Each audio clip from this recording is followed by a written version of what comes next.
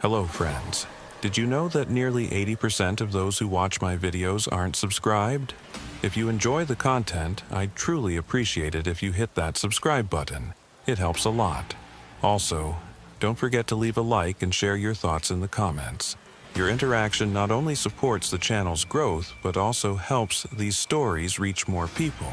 Thank you all for being here. By the way, where are you watching from? Let me know in the comments.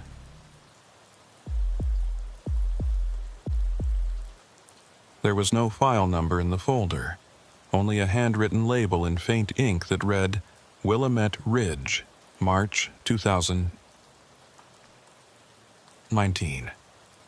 My name is Rebecca Dalton, and I've been working in the FBI's Portland field office for 14 years.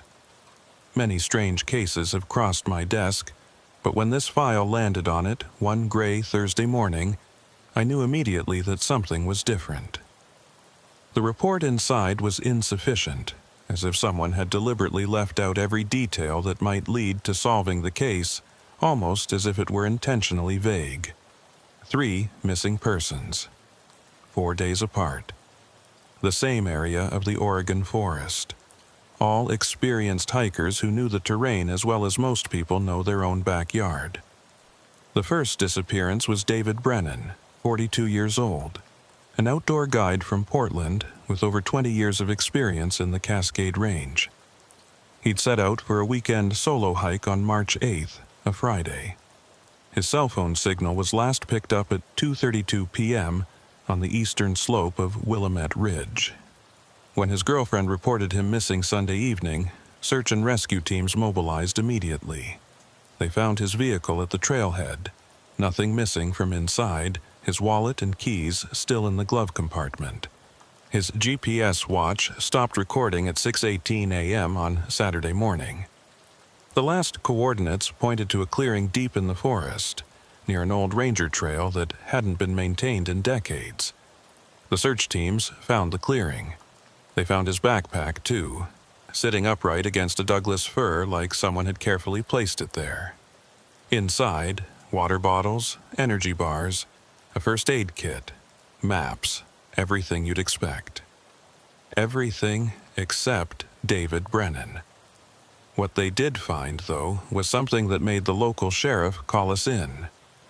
David Brennan's body was discovered 3 days later, 2 miles from that clearing, at the bottom of a steep ravine. The medical examiner's preliminary report noted severe hypothermia as the likely cause of death. But here's what didn't make sense. When they found him, his clothes were completely soaked through. Not damp, not wet from morning dew. Soaked, as if he'd been standing in heavy rain for hours. The problem was, according to every weather station, radar system, and meteorological record in the region, it hadn't rained in that area for 8 days. I stood in my office that Thursday morning, reading and rereading that detail. The Portland office is on the 5th floor of a federal building downtown, and from my window I could see the Willamette River cutting through the city, gray and cold under the March sky. Rain was falling, as it usually does in Oregon, a steady drizzle that blurred the edges of buildings and turned the streets into dark mirrors. I watched the rain for a long time, trying to make sense of what I'd just read. 4 days after Brennan's body was found, the second hiker went missing. Jennifer Walsh, 36, a biology teacher from Eugene who spent most of her weekends in the mountains. She was on a day hike, same general area as Brennan, though she'd taken a different trail.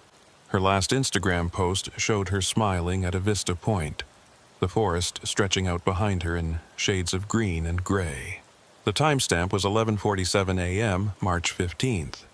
She never made it back to her car.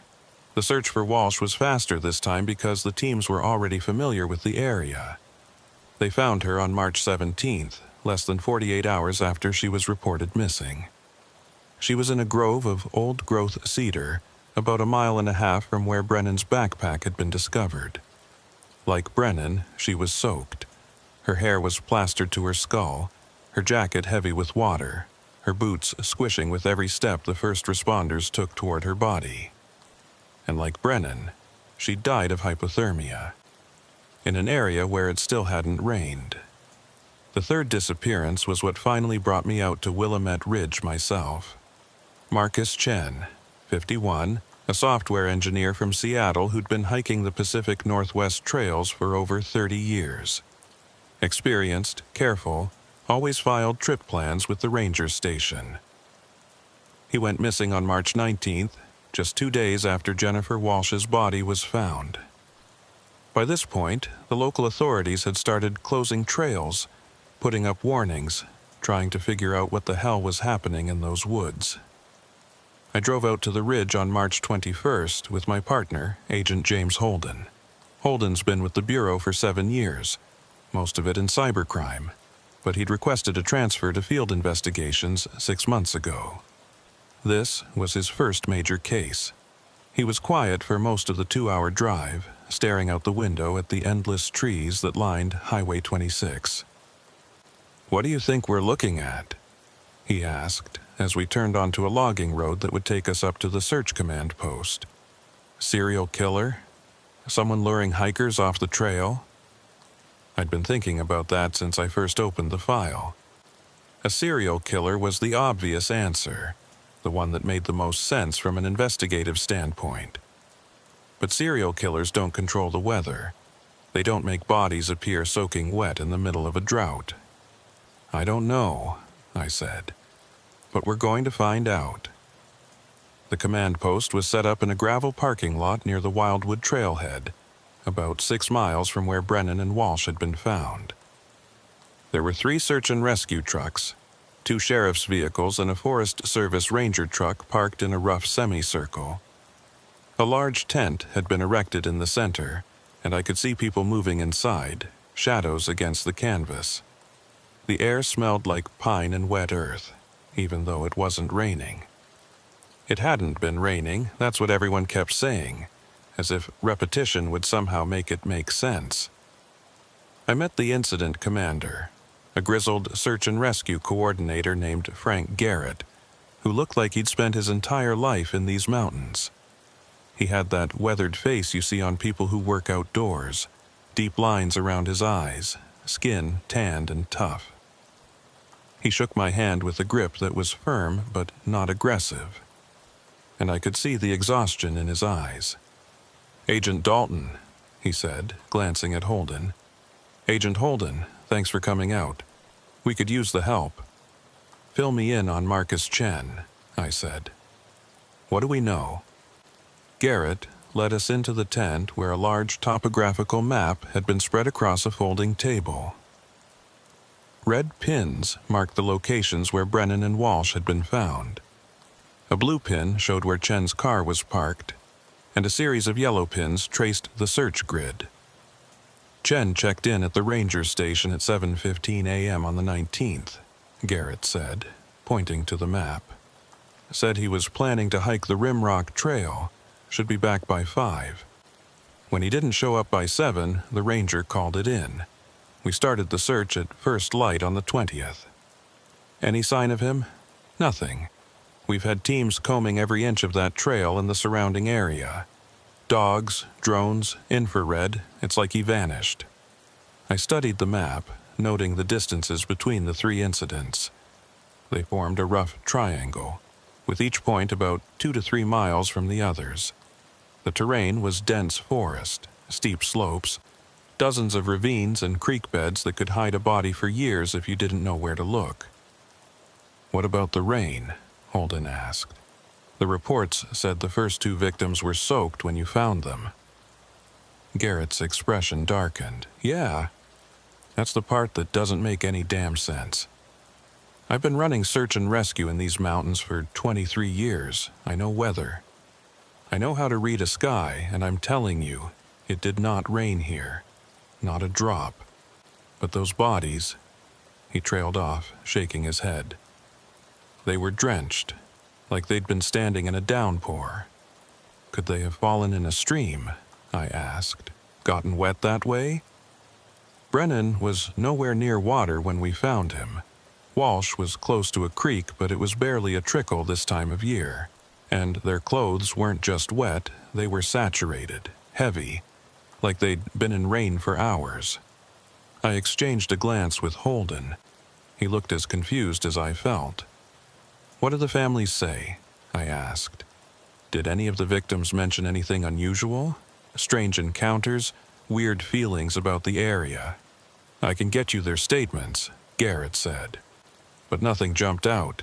They were all experienced hikers. They knew what they were doing." A young ranger poked his head into the tent. "Frank, we've got something." We followed Garrett out of the tent and down a muddy trail that cut through the forest. The trees here were massive, old-growth Douglas fir and cedar that blocked out most of the sky. The understory was thick with ferns and salal, and the ground was soft with decades of fallen needles and decomposing leaves. It was the kind of forest that felt primordial, like you'd stepped back in time to when humans were just visitors, not conquerors. After about 15 minutes of hiking, we reached a small clearing where a search team had gathered. They were standing around something on the ground, and as we got closer, I could see what it was. A jacket. Blue Gore-Tex, expensive looking. It was spread out on the forest floor, arms extended, like someone had carefully arranged it, and it was soaking wet. "That's Chen's," one of the searchers said. "His girlfriend identified it from the photo we sent. He was wearing it when he left his car." I knelt down next to the jacket, careful not to touch it. Water was still dripping from the fabric, forming a small puddle underneath. I looked up at the sky through the break in the canopy. Overcast, gray, but no rain. The ground around the jacket was damp, but not wet, the kind of moisture you'd expect from morning dew and fog. "How long has it been here?" I asked. "Can't say for sure," Garrett replied. "We swept this area yesterday morning and didn't see it, so sometime in the last 24 hours. I stood up, looking around the clearing. It was small, maybe 30 feet across, ringed by ferns and young hemlocks. There was nothing remarkable about it, nothing that would make it stand out from 1,000 other clearings in these woods. But someone had left that jacket here, or something had. "Bag it," I told the search team. "Get it to the lab.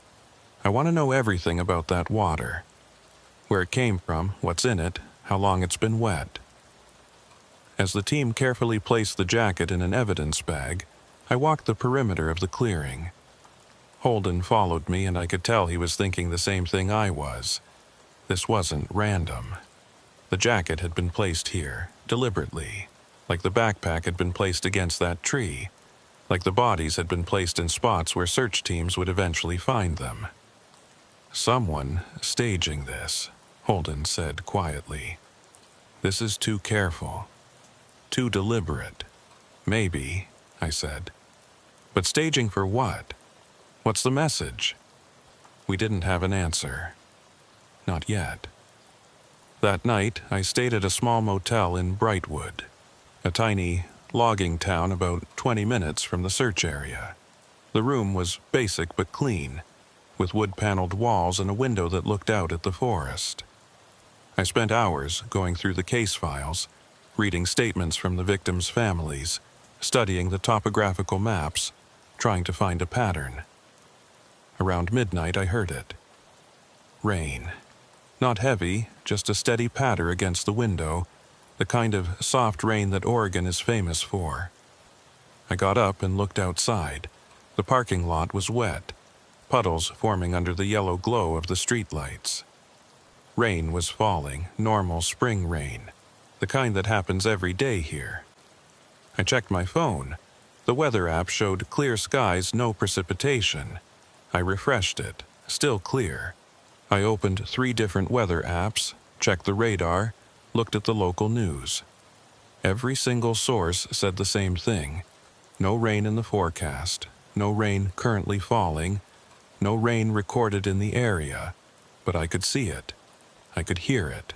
I opened the window and stuck my hand out, feeling the drops hit my palm, cold and real. I grabbed my jacket and went outside. The rain was light but steady, soaking into my hair, running down my face. Other motel guests were in their rooms, lights off, presumably sleeping. I was the only one standing in the parking lot, getting wet in rain that, according to every piece of technology available to modern meteorology, wasn't happening. I stood there for 10 minutes, maybe 15, just letting it fall on me. Then, as suddenly as it had started, it stopped. The air went still. The only sound was water dripping from the eaves of the motel roof. I went back inside, dripping water on the thin carpet.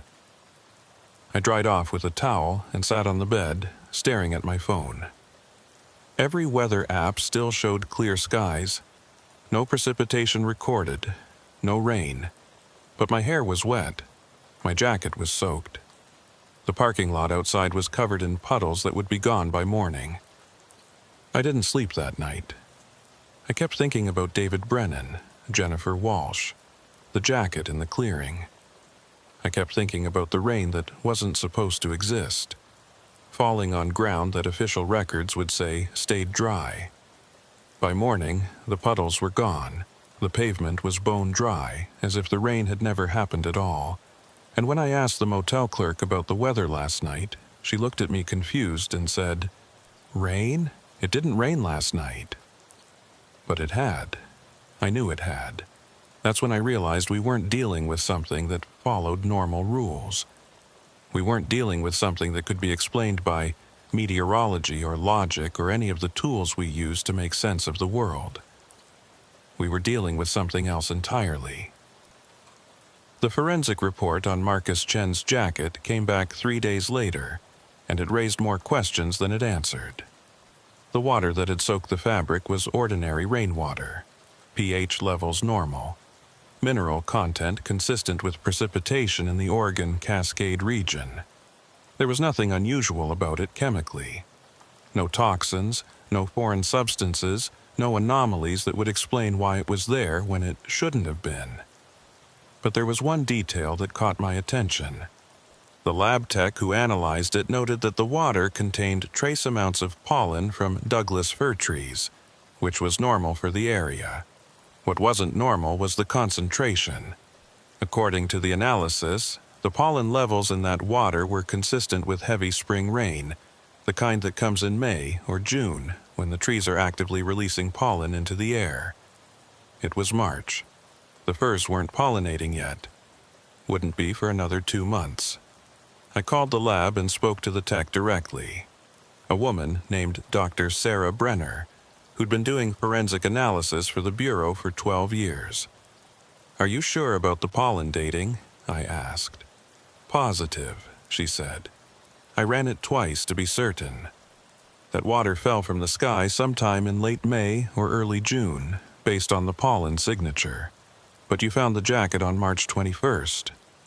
That's impossible." "I know. That's why I ran it twice." I thanked her and hung up, staring at my notes. Rain that fell 2 months before it happened. Bodies soaked in water that shouldn't exist. A forest where the rules of weather and time seemed to bend in ways that made no sense. Marcus Chen's body was found on March 25th, 6 days after he went missing.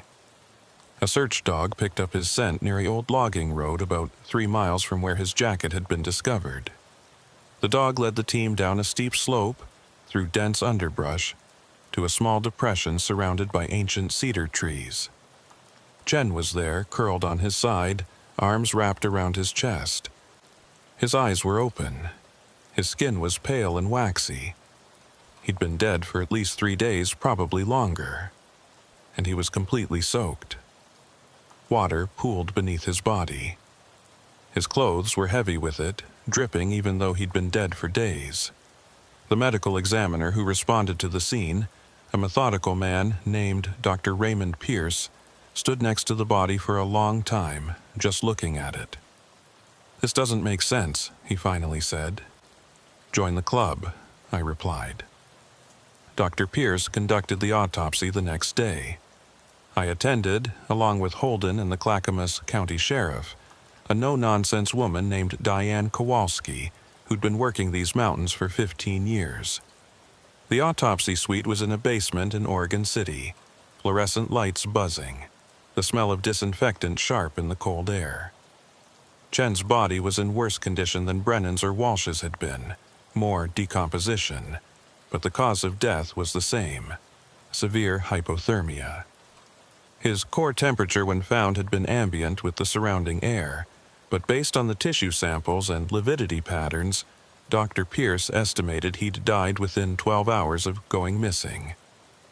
"The interesting thing," Pierce said, gesturing to Chen's hands, "is the skin condition. Look at his fingertips." I leaned in closer. The skin on Chen's fingers was wrinkled, deeply pruned, the way skin gets when it's been submerged in water for a long time. "How long would he need to be in water to get that level of wrinkling?" Holden asked. "Hours," Pierce said. "At least 4 or 5, possibly longer. But here's what I don't understand. The rest of his body doesn't show signs of immersion. No water in the lungs, no evidence he was in a stream or lake, just wet, soaked through, like he'd been standing in heavy rain." "The weather reports," Sheriff Kowalski started to say. "I know," Pierce interrupted. "I checked, no rain. But I'm telling you, this man was exposed to water for hours before he died. Prolonged exposure, constant saturation. That's what killed him. His body temperature dropped because he couldn't stay warm in wet clothes." We stood around the autopsy table, 4 law enforcement professionals staring at a body that defied explanation. Finally, Kowalski spoke. "I've lived in Oregon my whole life," she said quietly. "My grandfather was a logger, worked these forests in the 50s and 60s. He used to tell stories about the old-timers, the men who'd been cutting trees since before World War I. They had superstitions about certain areas, places they wouldn't work after dark, groves they'd avoid even in daylight. My grandfather always said it was nonsense, but..." She trailed off, looking at Chen's body. Maybe it wasn't. I didn't believe in superstitions. I'd built my career on evidence, on facts that could be proven and documented and presented in court.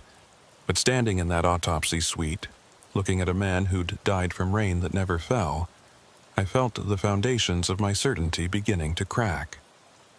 That afternoon, I drove back out to Willamette Ridge. I needed to see the places where the victims had been found, needed to walk the ground myself and try to understand what was happening here.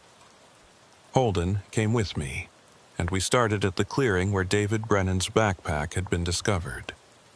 The forest was quiet, not the peaceful quiet of a nature hike, but something deeper, heavier.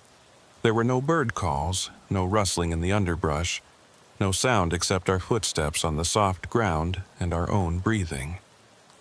The Douglas firs towered above us, their trunks massive and dark, their branches forming a canopy that filtered the gray March light into a dim, greenish twilight. We found the tree where the backpack had been placed. There was still a small flag marking the spot, orange plastic fluttering in the breeze. I stood there, turning slowly, taking in the surroundings. Nothing unusual, just forest, endless forest, stretching in every direction. "You hear that?" Holden asked suddenly. I stopped moving and listened. At first, I didn't hear anything unusual. Then, very faintly, I caught it. A sound like footsteps, soft and irregular, coming from somewhere deeper in the woods. "Hello?" I called out. "This is the FBI. Identify yourself." The footsteps stopped. The forest went completely silent again, that heavy, waiting silence. We stood there for what felt like a long time, listening, hands near our weapons. Nothing moved. No one answered.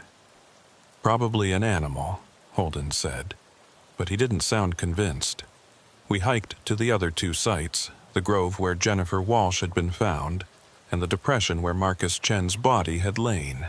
Both places had the same quality of silence, the same sense of waiting.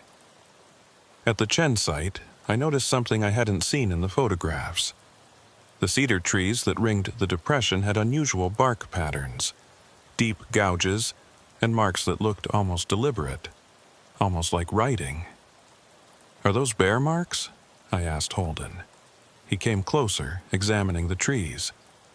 "I don't think so. Wrong pattern. Bears claw vertically, these are horizontal, and look at how deep they are." I ran my hand over one of the gouges. The cedar bark was torn away in long strips, exposing the reddish wood beneath. The marks were old, weathered, but still visible. And they did look deliberate, like someone had carved them with a blade or a sharp tool. "We should document this," I said, pulling out my phone to take pictures. As I raised the camera, the phone screen flickered. The battery indicator jumped from 87% to 23% in an instant. I lowered the phone, and the battery jumped back up to 85%. "Holden, check your phone." He pulled out his phone and frowned. "Battery's at 41%. It was full when we left the car." We both stood there, watching our phones as the battery levels dropped and rose seemingly at random. Mine went from 85% to 12% to 67% in the span of 30 seconds. Holden's went dead, the screen going black, then powered back on showing 98% charge. "Equipment malfunction?" Holden suggested, but he looked uneasy. I didn't answer. I was thinking about the weather radar showing clear skies while rain fell. I was thinking about water that came from 2 months in the future. I was thinking about the way technology seemed to break down in this place, unable to measure or record what was actually happening. We hiked back to the car in silence. The sun was starting to set, the forest growing darker, the shadows between the trees deepening into pools of black. I kept hearing those footsteps, soft and irregular, always just out of sight. Always stopping when we stopped. Always resuming when we moved again. By the time we reached the parking lot, full dark had fallen. Our car sat alone under a flickering light pole, and I was relieved to be leaving the forest behind. We drove back to Brightwood, neither of us speaking much, both of us processing what we'd seen and heard. That night, I interviewed the families of the victims. Video calls, since they were scattered across Oregon and Washington. David Brennan's girlfriend, a soft-spoken woman named Lisa, told me David had mentioned something strange the week before he disappeared. "He said the forest felt different," she told me, her face pixelated on my laptop screen. He'd been hiking that area for years, knew every trail, every landmark, but that last week, he said something felt off, like the forest was holding its breath. "Did he mention anything specific?" I asked. "Anything unusual he saw or heard?" "Not really, just that feeling. He almost canceled the trip, but then he figured he was just being paranoid." Jennifer Walsh's sister, Margaret, had a similar story. Jenny called me the night before she went missing. She was excited about the hike, but she mentioned that the weather had been strange lately. She said it felt like rain was coming, even though the forecast was clear. She kept checking the sky expecting clouds, but there weren't any. Marcus Chen's wife, Linda, was more skeptical. Marcus was a practical man, she said. He didn't believe in feelings or intuition. If there was something wrong, he would have seen evidence of it. He would have documented it, taken pictures, made notes. He wouldn't just have a feeling. "Did he leave any notes?" I asked. "Anything from his last hike?" The police gave me his backpack.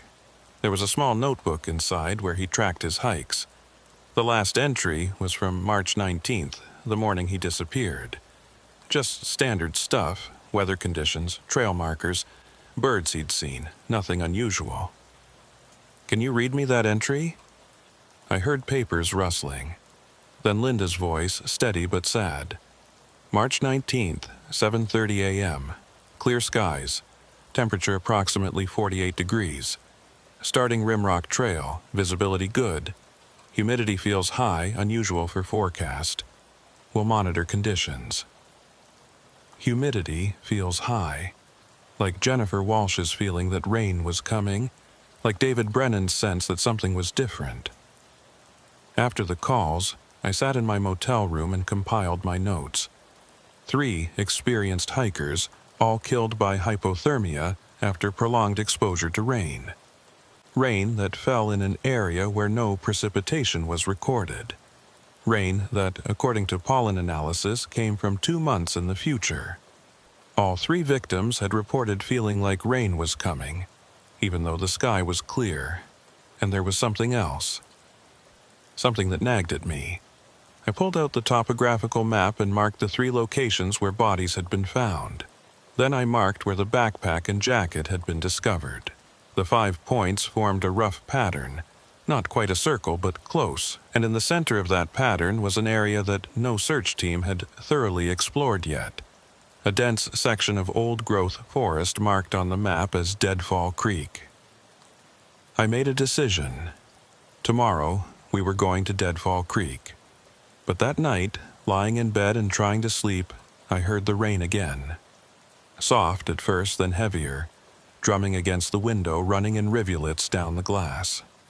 I got up and looked outside. The parking lot was dry, the sky was clear. I could see stars, but I could hear the rain. And when I opened the window and stuck my hand out, I felt water hitting my palm. Cold and real and impossible. I pulled my hand back in and closed the window. The rain stopped. The night went silent. I didn't check the weather apps. I knew what they would say. I knew that officially in the world of recorded data and verified information, it wasn't raining. But in some other world, some other version of reality that existed alongside ours, overlapping but not quite touching, it was raining. It had been raining for a long time. And somehow, in this forest, the boundary between those 2 worlds was thin enough that the rain could bleed through. We set out for Deadfall Creek at first light, a 6-person team consisting of myself, Holden, Sheriff Kowalski, 2 of her deputies, and a Forest Service ranger named Thomas Webb, who knew the area better than anyone. Webb was in his 50s, lean and weathered, with the kind of quiet competence that comes from decades of working in the wilderness. He'd brought topographical maps that were more detailed than anything we had, hand-annotated with notes about terrain features, water sources, and old logging roads. Deadfall Creek used to be a logging camp back in the 20s, Webb explained as we loaded our gear. Shut down in 1927 after a particularly bad winter. Company lost 3 men, never really said how. After that, they abandoned the area. It's been wild ever since. 3 men, I asked. How did they die? Webb shrugged. Records aren't clear. Official cause was listed as exposure, but there were rumors. The old-timers said the men were found in their bunks, soaking wet, even though it hadn't rained in weeks. But you know how stories get exaggerated over time. I exchanged a glance with Holden. Exposure. Soaking wet, no rain. Has anyone disappeared from that area recently? Kowalski asked. Besides our 3 victims. Not that I know of, Webb said. But it's remote. If someone went missing and no one reported it, we might never know. The hike to Deadfall Creek took almost 3 hours. We followed a combination of old logging roads and game trails, pushing through dense underbrush and climbing over fallen trees that must have been lying there for decades. The forest was old here, truly old, the kind of old growth that existed before Europeans came to Oregon. The Douglas firs and cedars were massive, their trunks 10 feet across, their tops lost in the canopy far above. The understory was a tangle of ferns, salal, and devil's club, and the ground was soft with centuries of decomposition. The silence persisted. No birds, no insects, no sound except our breathing and footsteps. About halfway to our destination, one of the deputies, a young man named Rivera, spoke up. "Anyone else feel like we're being watched?" We all stopped. I looked around at the trees, the shadows, the endless repetition of trunks and branches fading into green-gray distance. "I feel it too," the other deputy, a woman named Chen, said quietly. "Like something's keeping pace with us." Webb nodded. "That's normal in these old forests. It's just the quiet. Makes you hyper-aware. Your brain starts filling in the gaps." But it didn't feel like my brain filling in gaps. It felt like something was actually there, moving parallel to our path, staying just out of sight. I found myself checking over my shoulder every few minutes, scanning the trees, looking for movement. We reached Deadfall Creek around 10:30 a.m. The creek itself was small, barely more than a trickle flowing over moss-covered rocks. But the area around it was distinctive. The forest opened up slightly, creating a natural clearing about 50 yards across. In the center of the clearing was a stone foundation, all that remained of the old logging camp. The stones were dark with age and covered in lichen, and wildflowers grew in the gaps where mortar had crumbled away. "This is where the bunkhouse was," Webb said, pointing to the foundation. "The men who died were found in there." We spread out, examining the area. Holden and I focused on the foundation while the others searched the perimeter of the clearing. The stones were cold to the touch, much colder than the ambient air temperature. I ran my hand along the top of the foundation wall and felt something strange. A vibration. Faint, but constant. Like a low-frequency hum. "You feel that?" I asked Holden. He pressed his palm against the stone. "Yeah. What is that, underground stream?" "Maybe, but I didn't think so." The vibration felt wrong somehow, not like water or earth moving. It felt deliberate, rhythmic, almost like a pulse. That's when Deputy Chen called out from the edge of the clearing. "Agent Dalton, you need to see this." We jogged over to where she was standing near a large cedar tree. She was pointing at something carved into the bark, but much more elaborate than the marks we'd seen at the other sites. This was clearly writing, though not in any alphabet I recognized. The symbols were angular, geometric, arranged in vertical columns that ran down the trunk for 6 or 7 feet. "Is that some kind of Native American writing?" Kowalski asked. Webb shook his head. "I'm not an expert, but I know the local tribes. This doesn't match any of their systems, and it's too fresh. These marks can't be more than a few years old." I took out my phone to photograph the symbols, and immediately the battery dropped from 91% to 7%. The screen flickered, showing strange artifacts, lines of static cutting across the image. I lowered the phone, and the battery jumped back to 83%. "Same problem as yesterday," Holden muttered. "Something about this area interferes with electronics."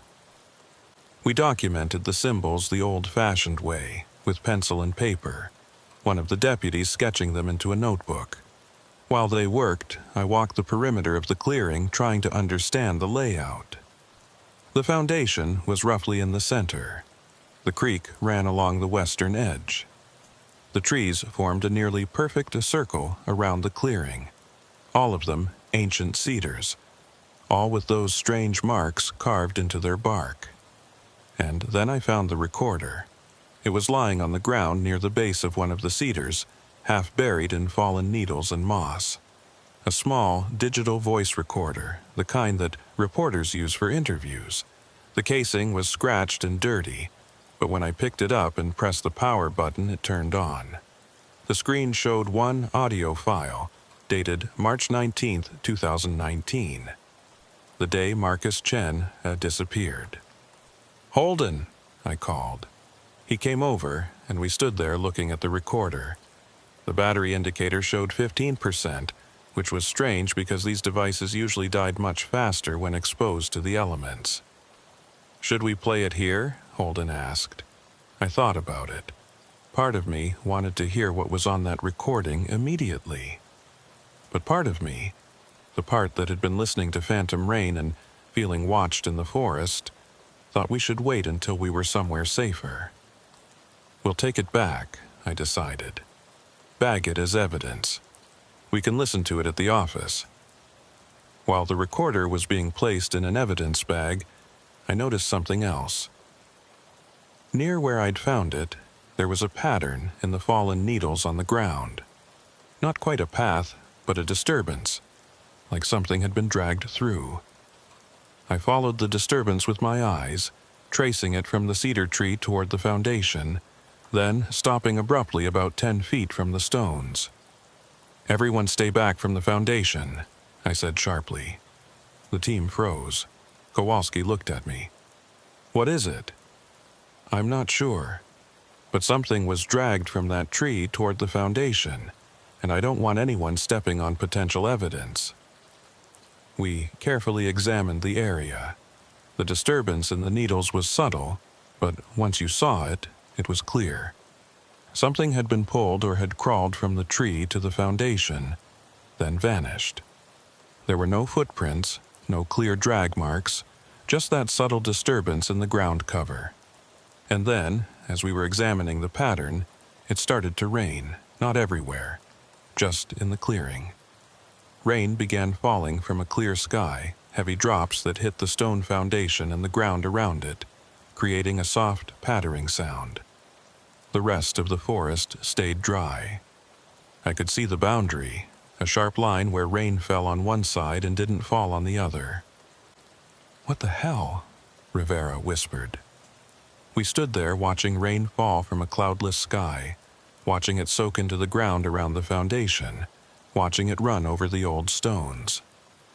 I pulled out my phone. Weather app showed clear conditions. Radar showed no precipitation within 50 miles. The rain fell for exactly 3 minutes. Then it stopped, as abruptly as it had started.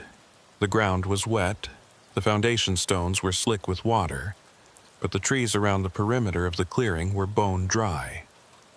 "Did everyone see that?" I asked, needing confirmation that I wasn't hallucinating. They all nodded, faces pale, nobody speaking.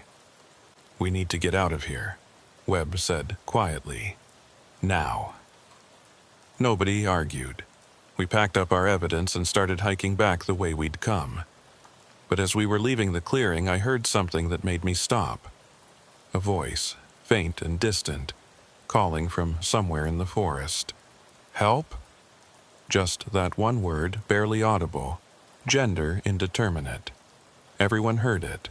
We all froze, listening. "Help," again, from a different direction this time. Then again from a third direction. The same voice, the same word, coming from multiple locations simultaneously. "That's not possible," Deputy Chen said. But it was happening. The voice kept calling, "Help!" over and over, circling us, always just out of sight. "Keep moving," I ordered. "Don't respond. Don't look for the source, just keep moving." We hiked out of there, faster than we'd hiked in, pushing through the underbrush, climbing over fallen logs, not stopping until we were back on the maintained trail. The voice faded behind us, and eventually the normal sounds of the forest returned. Birds calling, wind rustling the branches, the ordinary sounds of life that had been absent from Deadfall Creek. We made it back to the vehicles by early afternoon. Nobody spoke during the drive back to Brightwood. We were all processing what we'd seen, trying to fit it into a framework that made sense, trying to maintain some semblance of rational explanation. That evening, back in my motel room, I finally listened to the recording we'd found. Holden was with me, along with Sheriff Kowalski. We closed the curtains, locked the door, and I pressed play on the digital recorder. At first, there was just static, white noise that filled the small room. Then, gradually, a voice emerged. Male, calm, matter-of-fact.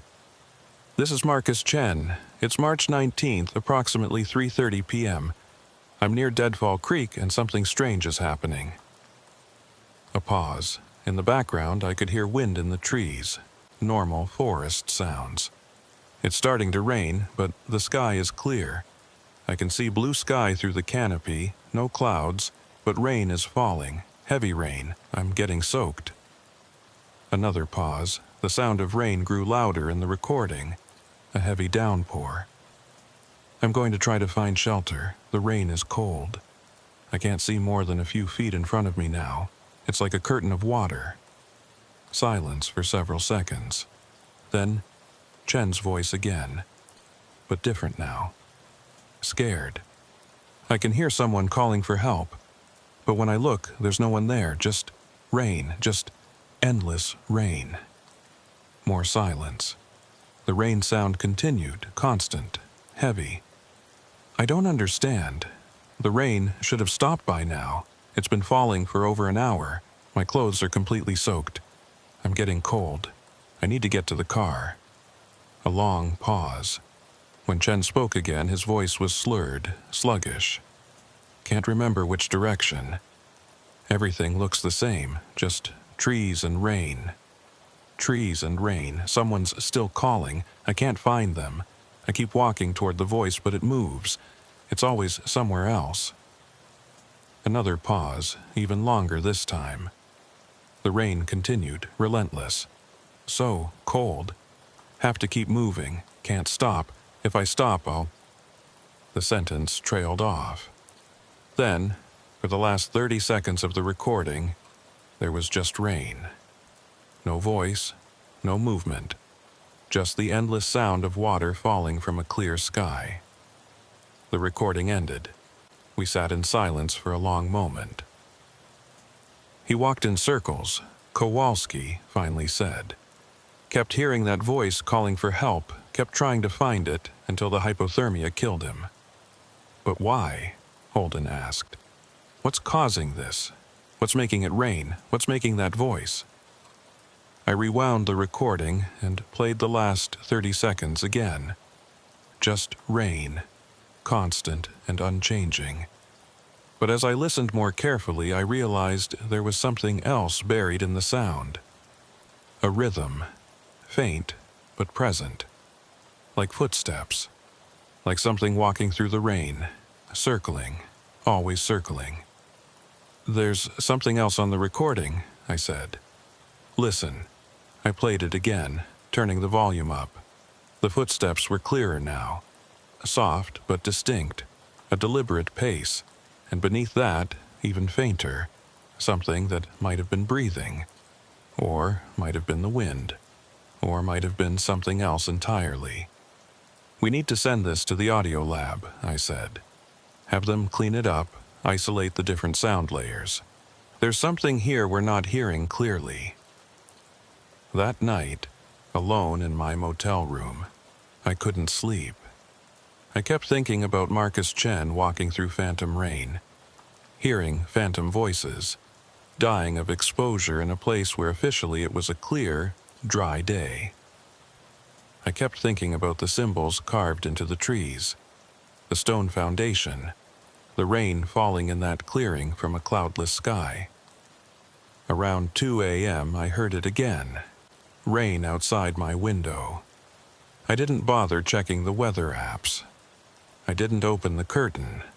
I just lay there, listening to water hitting glass, listening to something that existed in the gap between what was real and what was recorded. And I heard something else, too. Footsteps in the parking lot, slow and deliberate. A voice faint and distant, calling a single word over and over. Help. But I didn't go to the window. I didn't look outside. I just pulled the covers over my head and waited for dawn. The audio enhancement came back from the FBI lab in Quantico 3 days later. I was back in the Portland office, having left Brightwood and Willamette Ridge behind, at least physically. Mentally, I was still there, still hearing that voice calling for help, still seeing rain fall from clear skies. The technician who'd worked on the file, a specialist named Marcus Stone, called me directly. That should have been my first warning. Lab techs don't usually call field agents. They send reports, cold technical documents filled with data and analysis. Phone calls meant something had rattled them. "Agent Dalton," Stone said, "I need you to understand something before I send you the enhanced file. I've been doing audio forensics for the Bureau for 19 years. I've cleaned up wiretap recordings, death threats, ransom calls, cockpit voice recorders from plane crashes. I've heard everything. This is different." "Different how?" A pause. "Just listen to it. You'll understand. And Agent Dalton, don't listen alone." The file arrived in my email an hour later. I called Holden into my office, closed the door, and we played it together. Stone had isolated 3 separate audio layers from Marcus Chen's recording. Layer 1 was Chen's voice, clear now, without the static and interference. His account of the rain, the cold, the disorientation. Nothing we hadn't heard before, just clearer. Layer 2 was the rain sound. But Stone had analyzed the frequency and pattern, and according to his notes, the rain wasn't falling naturally. The rhythm was too regular, too precise. It was more like white noise that had been carefully modulated to sound like rain, with subtle variations repeated in exact cycles every 47 seconds. Layer 3 was the footsteps and the breathing. Stone had enhanced these significantly, bringing them up from barely audible to clear and distinct. And what we heard made my blood run cold. The footsteps weren't human, the spacing was wrong, the rhythm off, and there were too many of them, at least 6 or 7 distinct sets, all moving in that same deliberate pace, all circling the point where Chen must have been standing. But it was the breathing that was worst. When Stone had isolated and enhanced it, it didn't sound like breathing at all. It sounded like a word, repeated over and over in a harsh whisper. "Wait." Not "help." Wait. "There's one more thing," Stone's notes said. "At the very end of the recording, there's a sound that the original equipment couldn't capture because it's below normal human hearing range. I shifted the frequency up so you can hear it." Holden and I exchanged a glance, and I clicked on the final file. For 5 seconds there was silence, then a voice, clear and cold and utterly wrong. 3 more, that was all. Just those 2 words. Then nothing. I stopped the playback and sat back in my chair trying to process what I'd just heard. "3 more what?" Holden asked quietly. I didn't answer because I was thinking about the number 3 victims. David Brennan, Jennifer Walsh, Marcus Chen, and that voice saying 3 more on March 19th, the day Chen died.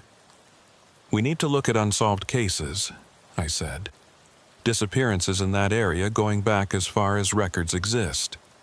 If this has happened before." "It has," a voice said from the doorway. I looked up.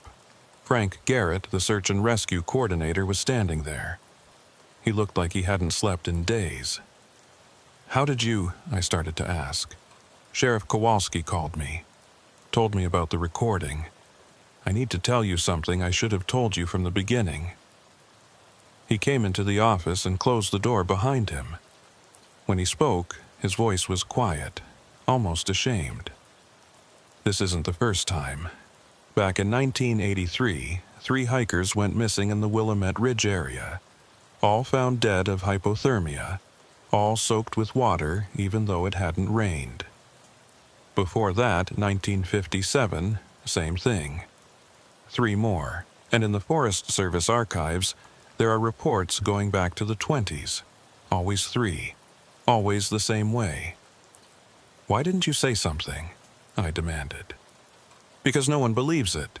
Every time it happens, there's an investigation.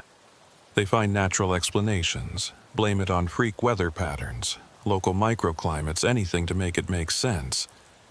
The files get buried, the families accept the explanations, and everyone forgets, until it happens again." I felt anger rising in my chest. "People died. People are going to keep dying." "I know," Garrett's voice was sharp now. "You think I don't know that? I've been running search and rescue in these mountains for over 20 years. I've found the bodies. I've had to tell the families, and I've tried, Agent Dalton. I've tried to warn people to close trails, to get someone to take this seriously. But no one listens, because it's impossible, because it doesn't make sense." The room went silent. Holden was staring at Garrett, and I could see he was processing the same thing I was. This wasn't just a case. This was a pattern that had been repeating for almost a century, killing 3 people at a time, regular as clockwork. "How often?" I asked. "How often does it happen?" Garrett pulled out a piece of paper from his jacket, a list written in shaky handwriting. 1927, 3 loggers. 1957, 3 hikers. 1983, 3 backpackers. 2004, 3 hunters. And now, 2019, 3 more. Every 21 or 22 years, almost to the day. 21 years. I did the math quickly. The next cycle would be 2040 or 2041. "We need to make this official," I said. "File reports, document everything. Make sure the information doesn't get buried this time." Garrett laughed, but there was no humor in it. "Go ahead and try. I've watched 5 different agencies investigate this over the years. FBI, State Police, Forest Service, even brought in some academics once. They all find the same things we found. Impossible rain, strange sounds, bodies that don't make sense. And every single time the reports get filed away. Too weird, too unexplainable. Easier to blame it on weather anomalies and close the case." I wanted to argue, to say this time would be different. But I was starting to understand what Garrett meant. How do you write a report that says rain falls from clear skies? How do you explain audio recordings of voices that shouldn't exist? How do you put into official documentation that the forest itself seems to be doing something that violates every law of physics and meteorology?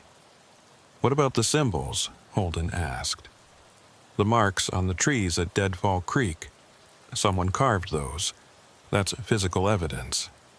"Documented in 1983, Garrett said. "Archaeologists from the University of Oregon came out to look at them. His report said they weren't Native American, weren't any known writing system.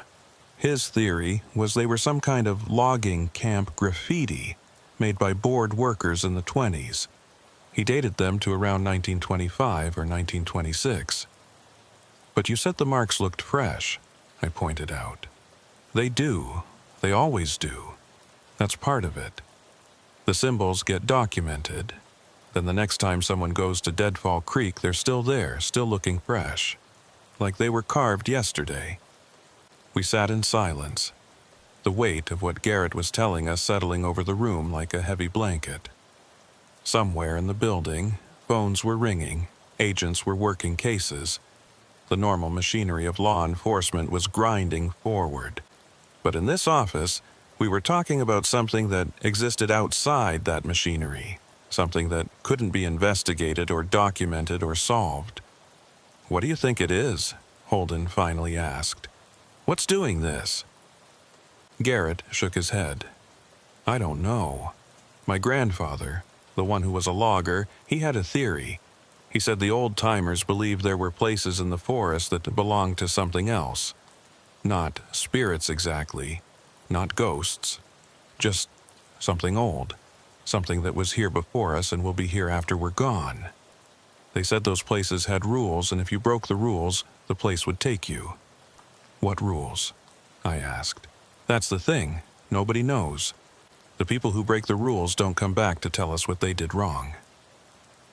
After Garrett left, Holden and I spent hours going through records, pulling every unsolved disappearance and death in the Willamette Ridge area going back to the 20s.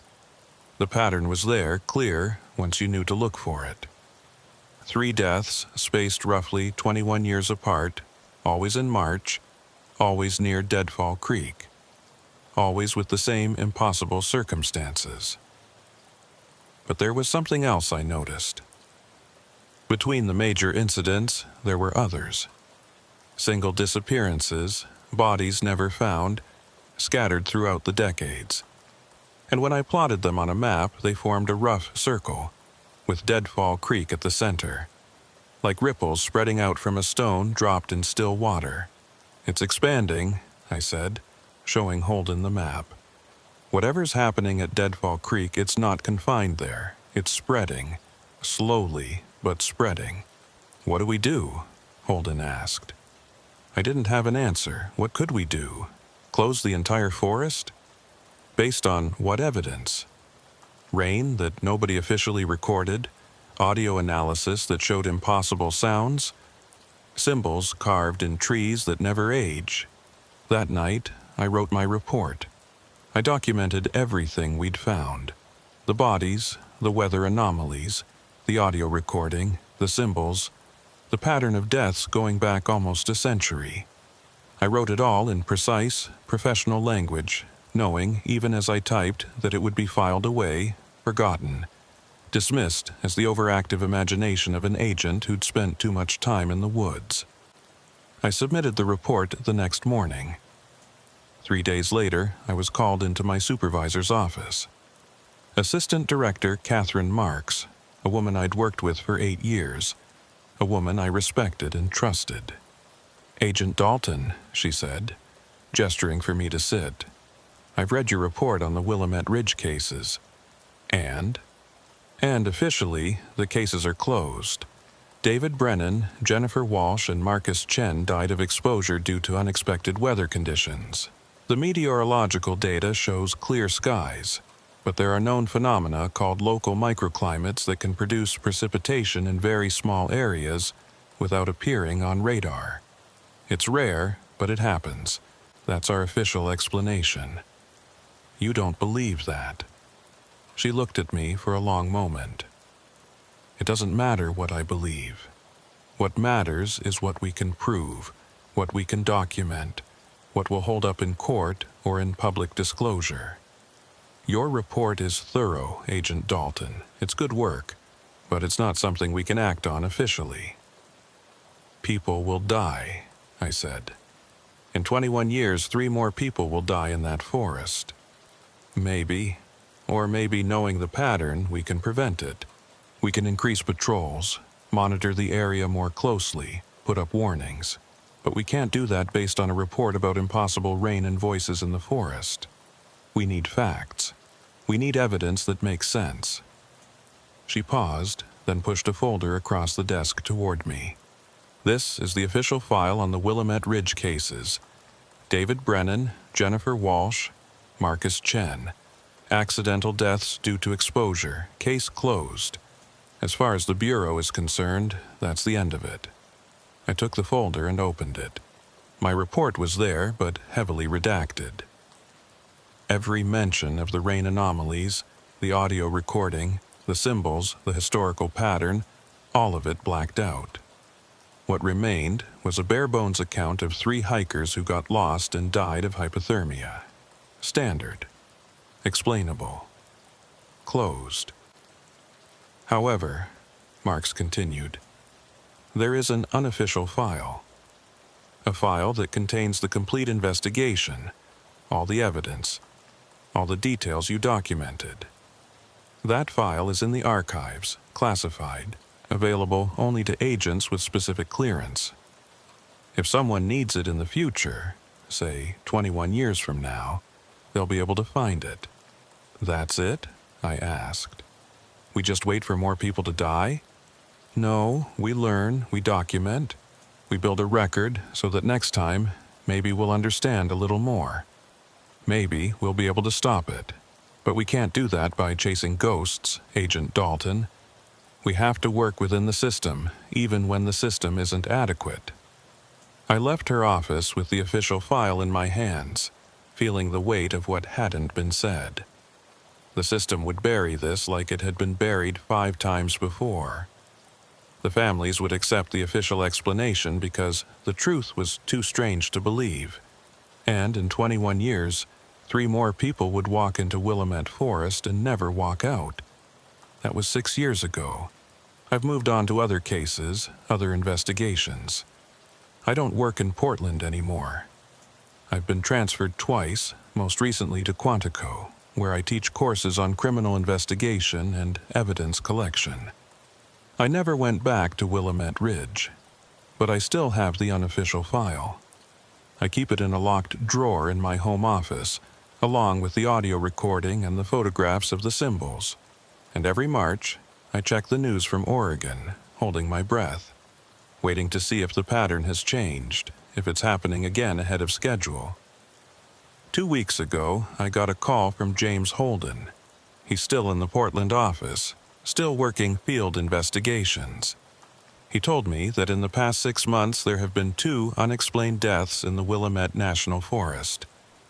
Both found near Deadfall Creek. Both died of hypothermia. Both completely soaked, even though no rain was recorded. "It's too early," Holden said. "We shouldn't be seeing this for another 15 years. "I know," I said. "The pattern's changing, Rebecca. Whatever's happening out there, it's accelerating." After he hung up, I sat in my office for a long time, thinking about rain that falls from clear skies, about voices calling for help that have no source, about a place in the forest where the rules are different and we don't understand why. I think about Marcus Chen's voice on that recording, saying he was cold, saying he couldn't find his way out, saying someone was calling for help, but he couldn't find them. I think about the last sound on that recording, the voice saying 3 more in a tone that wasn't quite human. And I think about what Garrett's grandfather said, about places in the forest that belong to something else, something old, something that was here before us and will be here long after we're gone. Tonight, it's raining outside my apartment in Virginia, normal spring rain, the kind that shows up on weather radar and makes sense. But I find myself listening to it differently now, listening for patterns, for rhythms that are too regular, for sounds buried beneath the sound of water falling. And sometimes, late at night when I'm half asleep, I hear it, that voice from the recording, not saying 3 more, but something else, something that sounds like my name, calling from somewhere far away, somewhere I can't see but can almost feel, just beyond the edge of hearing. The official report says David Brennan, Jennifer Walsh, and Marcus Chen died of exposure to unexpected weather conditions. The case is closed. The files are sealed. In 15 years, or maybe sooner, 3 more people will die in the same way, and there will be another investigation, and another report, and the cycle will continue. But I know the truth. I know that somewhere in the Oregon forest, in a clearing near an old logging camp, rain falls from clear skies and has been falling for 100 years, maybe longer.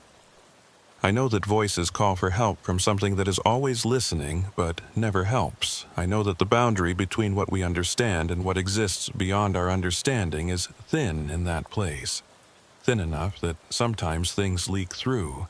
Rain from the future, voices from the past, footsteps from somewhere we don't have a name for. And I know that the rain is still falling, even now, in a place where officially it never rains at all. The last time I checked the weather for Brightwood, Oregon, it was clear skies. But I know better than to trust the forecast, because I can still hear it, even here, 2,000 miles away, the sound of rain that never was.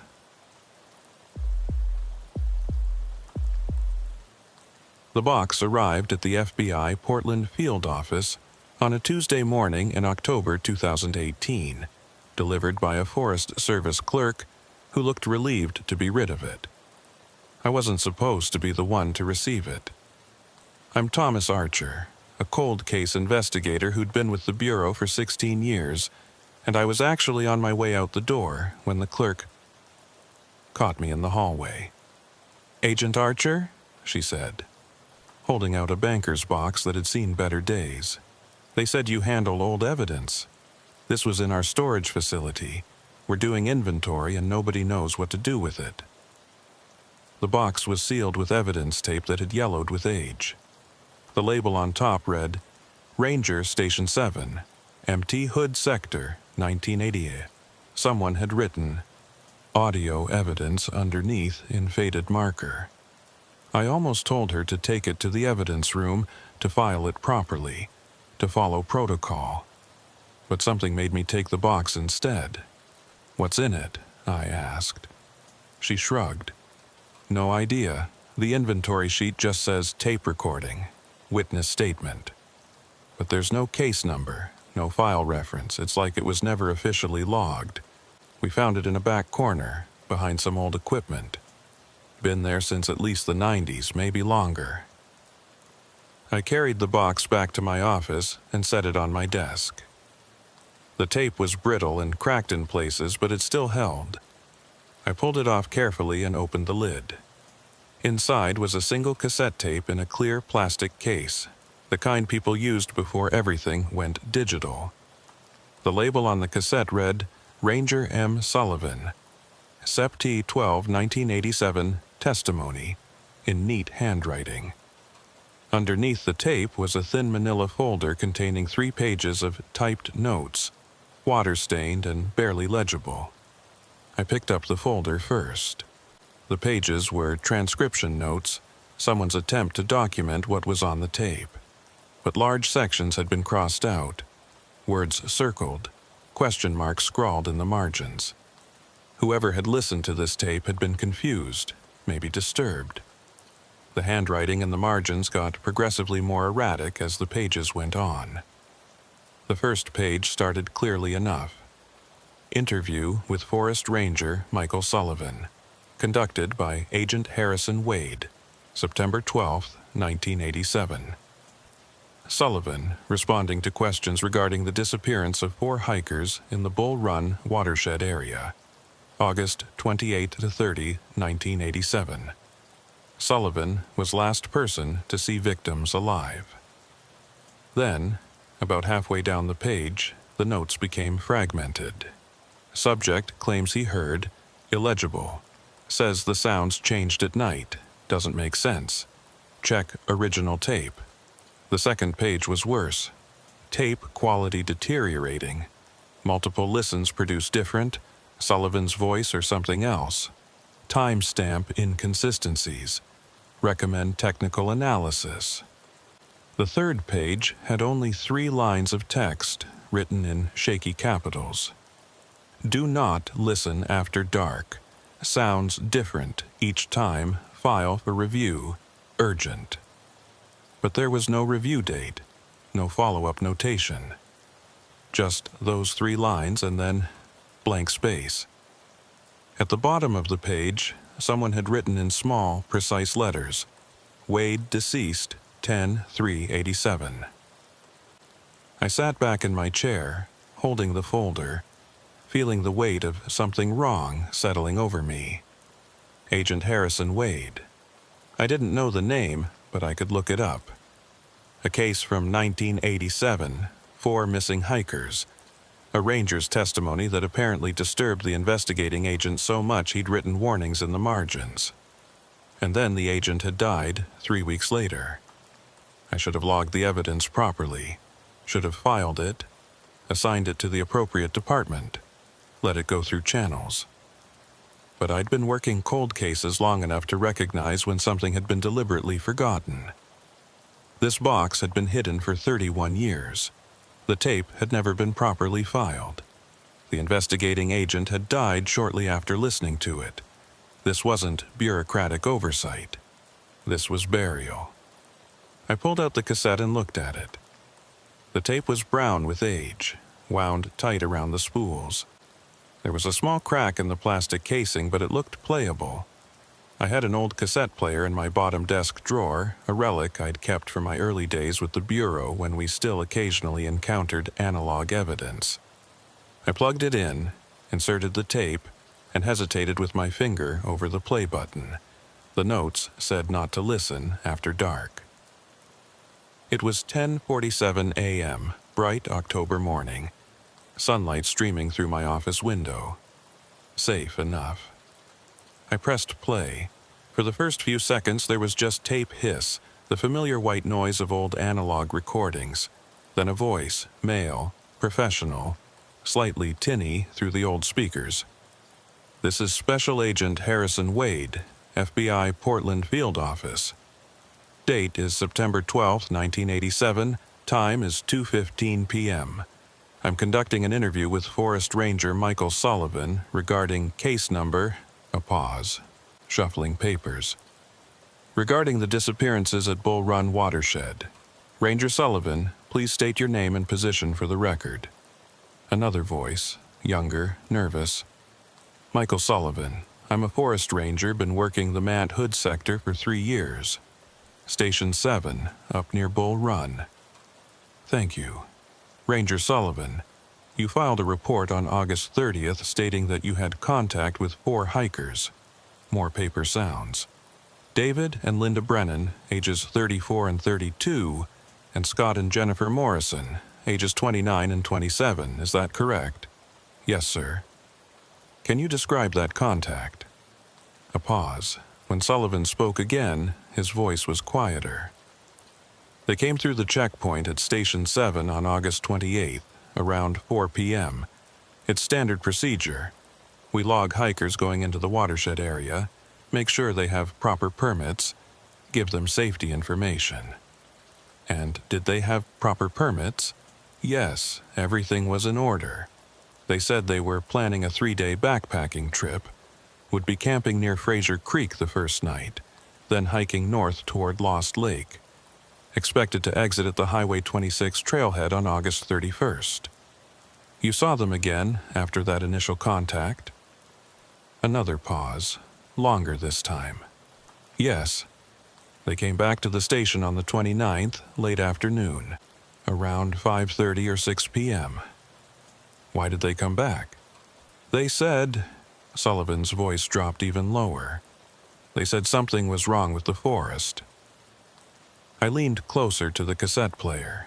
In the background of the recording, I could hear faint office sounds, phones ringing, people talking, the normal ambient noise of a busy workplace. But there was something else, too, a low hum that seemed to pulse underneath the conversation. "Wrong how?" Agent Wade asked. They couldn't explain it clearly. David Brennan did most of the talking. He said they'd set up camp at Fraser Creek like planned. Everything was fine at first. But when it got dark, the forest went completely silent. No animals, no insects, nothing. Just silence. And then they started hearing sounds. "What kind of sounds?" "Footsteps, someone walking around their camp, circling them. But when they used their flashlights, there was nobody there. This went on for hours. They said every time they heard the footsteps, the circle got smaller, closer. By dawn, they packed up and came straight back to the station." "Did you believe them?" A long silence. I could hear Sullivan breathing, hear him shifting in his chair. I didn't know what to believe. They seemed genuinely scared. These weren't kids, Agent Wade. David Brennan was an experienced outdoorsman. He'd been hiking these mountains for years. If he said something was wrong, I had to take it seriously. "What did you do?" I tried to convince them to just go home, get out of the forest. But they'd driven up from California, taken time off work for this trip. Brennan said they probably just spooked themselves, camping alone in the dark. He wanted to try again, maybe in a different location, somewhere more open. "And you let them go back?"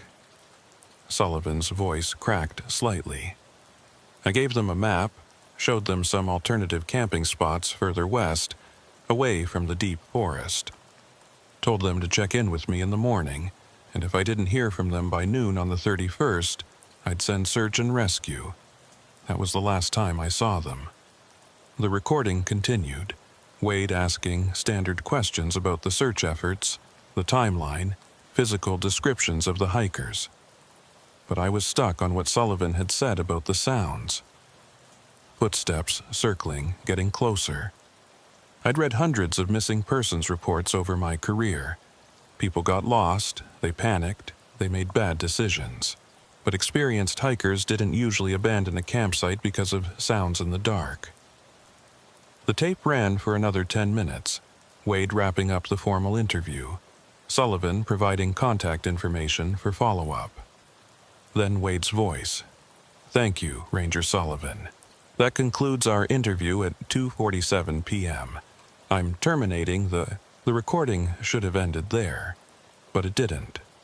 There was a click, a brief silence, and then the tape started again. But it was different now. The office sounds were gone. Wade's voice, when he spoke, sounded distant, hollow. Personal notes, September 12th, 10:30 p.m. I'm at my apartment listening to the Sullivan interview again. There's something on this tape, something I didn't hear during the live interview. It's faint, but it's there, underneath Sullivan's voice. It sounds like a pause. In the background, I could hear something that might have been wind, or static, or something else.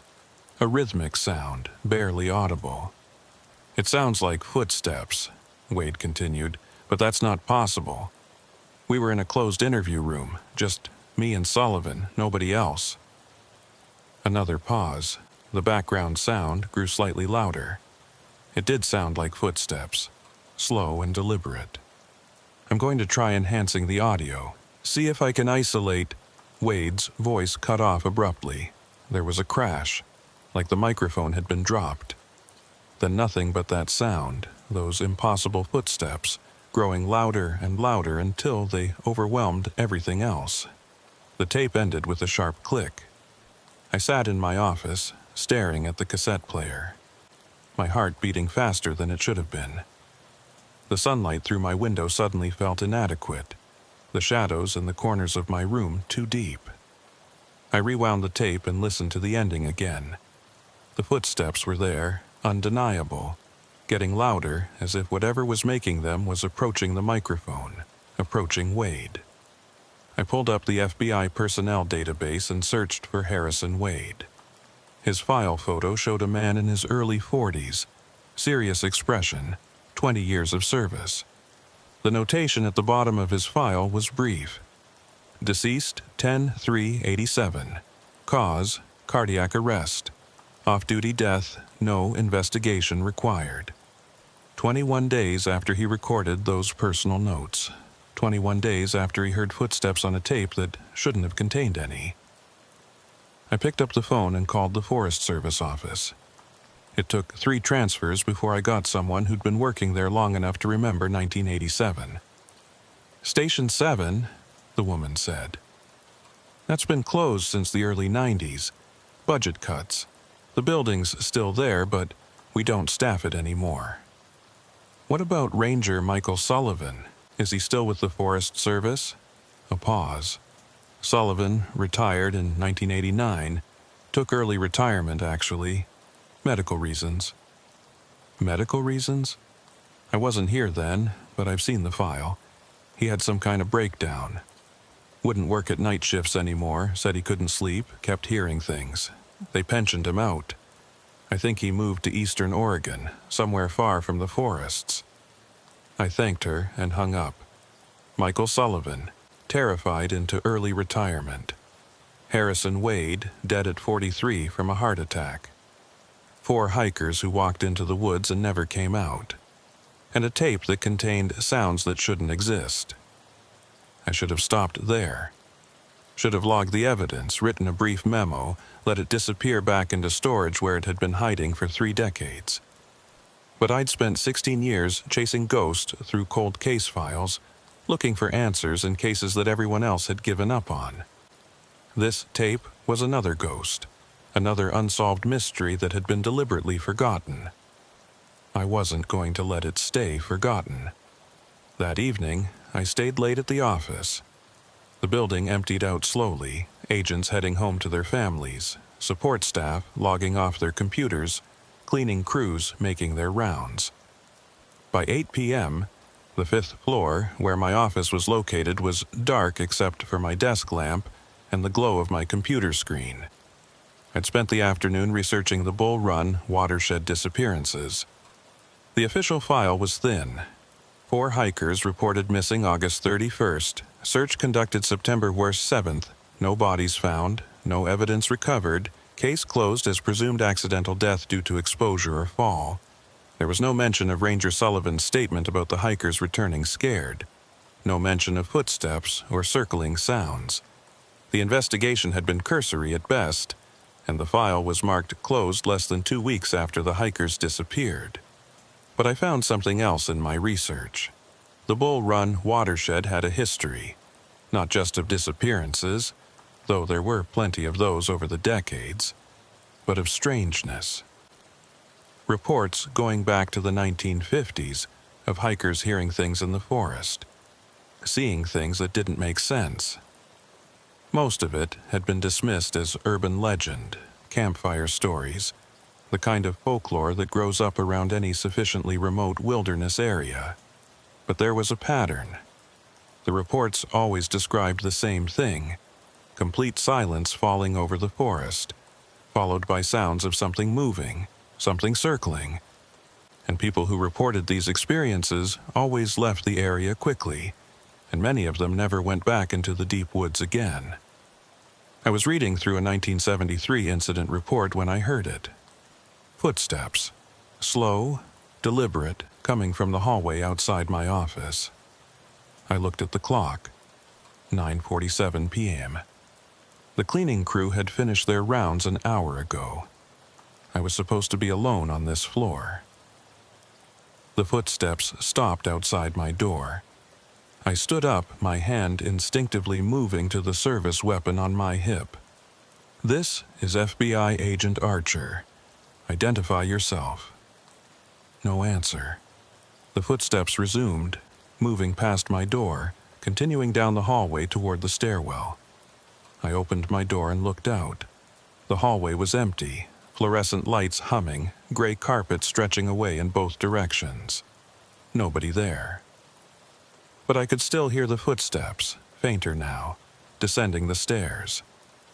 I stepped into the hallway and walked to the stairwell door, pushed it open and looked down. The stairwell was empty, the automatic lights clicking on as I moved. The sound had stopped. I went back to my office, closing and locking the door behind me. My hands were shaking slightly. I'd been alone in the office late at night dozens of times over the years. I'd never been bothered by it. But something about those footsteps, the deliberate pace, the way they'd stopped right outside my door, had gotten under my skin. I looked at the cassette tape sitting on my desk. The notes had said not to listen after dark. That sounds changed each time. I'd listened to it once at 10:47 a.m. It was now almost 10 p.m.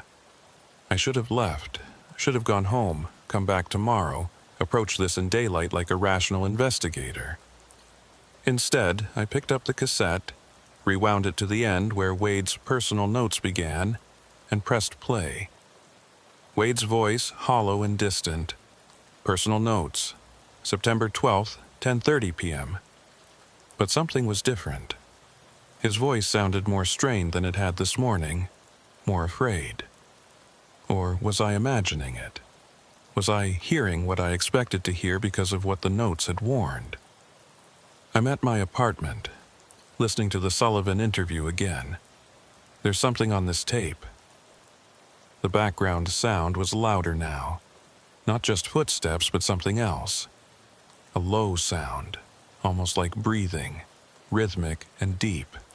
It sounds like footsteps, but that's not possible.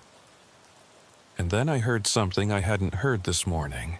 Between Wade's words, in the pauses, there was a voice. Faint, barely audible, but definitely there. It was saying something, a single word repeated over and over. "Listen." Wade's voice continued. "I'm going to try enhancing the audio." And that other voice underneath. "Listen. Listen. Listen." The crash came, the microphone dropping, and then the footsteps overwhelmed everything else. But now I could hear that they weren't alone. There were voices mixed in with them, multiple voices, all whispering the same word. Listen. The tape ended. I sat in my office, the only sound my own ragged breathing, and I understood what the notes had meant. The tape did sound different at night, or maybe it sounded different each time you listened. Or maybe my mind was just filling in gaps, creating patterns where none existed. I needed to be rational about this. I needed to approach it scientifically. But my hands were still shaking, and when I looked at the windows of my office, I couldn't shake the feeling that something was standing just outside, in the darkness, looking in. I rewound the tape and played it again, and this time the voices were clearer, and they weren't just saying, "Listen," anymore. They were saying other things, things I couldn't quite make out, words that seemed to shift and change even as I heard them. I played it a third time. The words were even clearer now. They were saying names. 4 names, over and over. David, Linda, Scott, Jennifer. The 4 hikers who disappeared in 1987. I stopped the tape, ejected the cassette, and sat there staring at it. Every instinct I had was screaming at me to throw the thing away, to destroy it, to get it as far from me as possible. But I was an investigator. This was evidence. And somewhere in this tape, buried under 31 years of time and static and whatever impossible thing was happening to it, there might be answers. I put the tape back in its case, put the case back in the box, and sealed the box with new evidence tape. Then I carried it down to the evidence room and locked it in my personal storage locker, where it would be secure and where I could access it whenever I needed. But as I was leaving the building, walking through the dark parking garage to my car, I heard them again. Those footsteps, slow and deliberate, echoing off the concrete walls, and underneath them, barely audible, that whisper. Listen. I drove home through empty Portland streets, checking my rearview mirror more often than I needed to, unable to shake the feeling that something was following me, something that had been waiting 31 years for someone to listen to that tape again. When I got home, I double-checked all my locks, closed all my curtains, and sat in my living room with the lights on, telling myself I was being irrational. It was just a tape, just an old recording with some audio artifacts that my brain was interpreting as voices. There was a logical explanation for all of it, but I didn't believe that. And when I finally went to bed around 2 a.m., I lay awake in the dark, listening to the sounds of my apartment. The refrigerator humming, the building settling, the occasional car passing outside, and trying not to hear other sounds underneath them. Sounds like footsteps. Sounds like breathing. Sounds like someone whispering my name. I didn't sleep that night. Every time I started to drift off, I'd hear something. A creak from the hallway, a scratch at the window, something that sounded like footsteps circling my bedroom. And I'd snap awake, heart racing. By the time dawn broke and gray light filtered through my curtains, I'd convinced myself I was being irrational.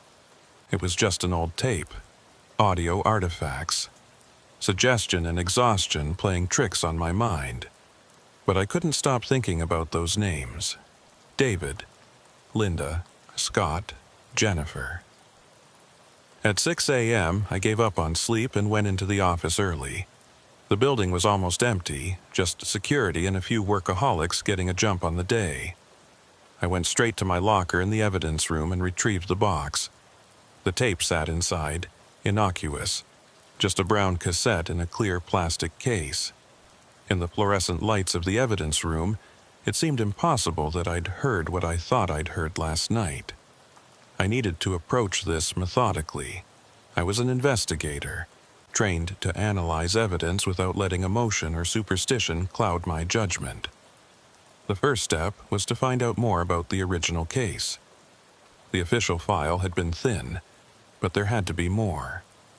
Reports from the search teams, statements from the families, perhaps even news coverage from 1987. I spent the morning in the archives, pulling boxes of old case files from the late 80s.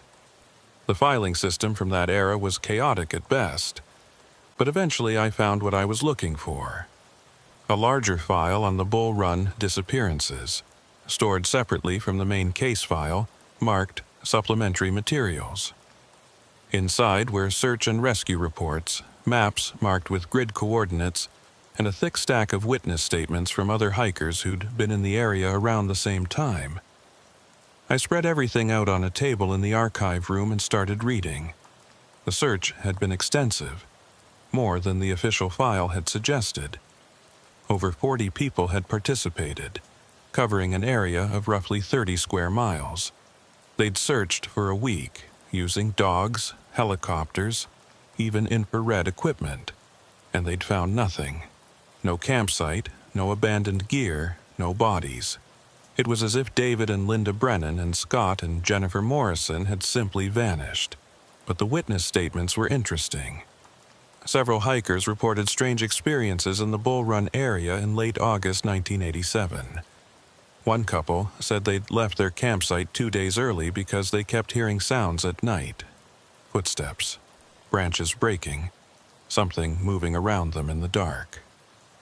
Another solo hiker reported that the forest had gone completely silent for hours, so quiet it made his ears ring. A group of 3 college students said they'd seen lights moving through the trees late at night, like flashlights, but when they investigated they found nothing. One statement caught my attention. A man named Gregory Marsh had been camping about 5 miles from where the 4 hikers had last been seen. His statement was dated September 3, 1987, and it was marked, "Refer to Agent Wade for follow-up." But there was no follow-up report attached. Marsh's statement read, "On the night of August 29th, approximately 11 p.m., I was awakened by a sound I initially thought was rain. Heavy rain, like a downpour hitting my tent. But when I opened the tent flap to check, the sky was clear and the ground was dry. The sound continued for several minutes, then stopped abruptly. After that, the forest was completely silent. No wind, no animals, nothing. Around midnight, I heard voices, multiple voices, talking in what sounded like normal conversation, maybe 50 yards from my camp. I called out, asking if anyone needed help, but the voices stopped immediately. Then I heard footsteps, many footsteps moving away from my position. I turned on my flashlight and searched the area, but I found no one. No footprints, no evidence anyone had been there. I packed up my camp and hiked out in the dark. I've been camping in these mountains for 15 years, and I've never been scared before. But that night I was terrified. Something was in those woods, and it wasn't human.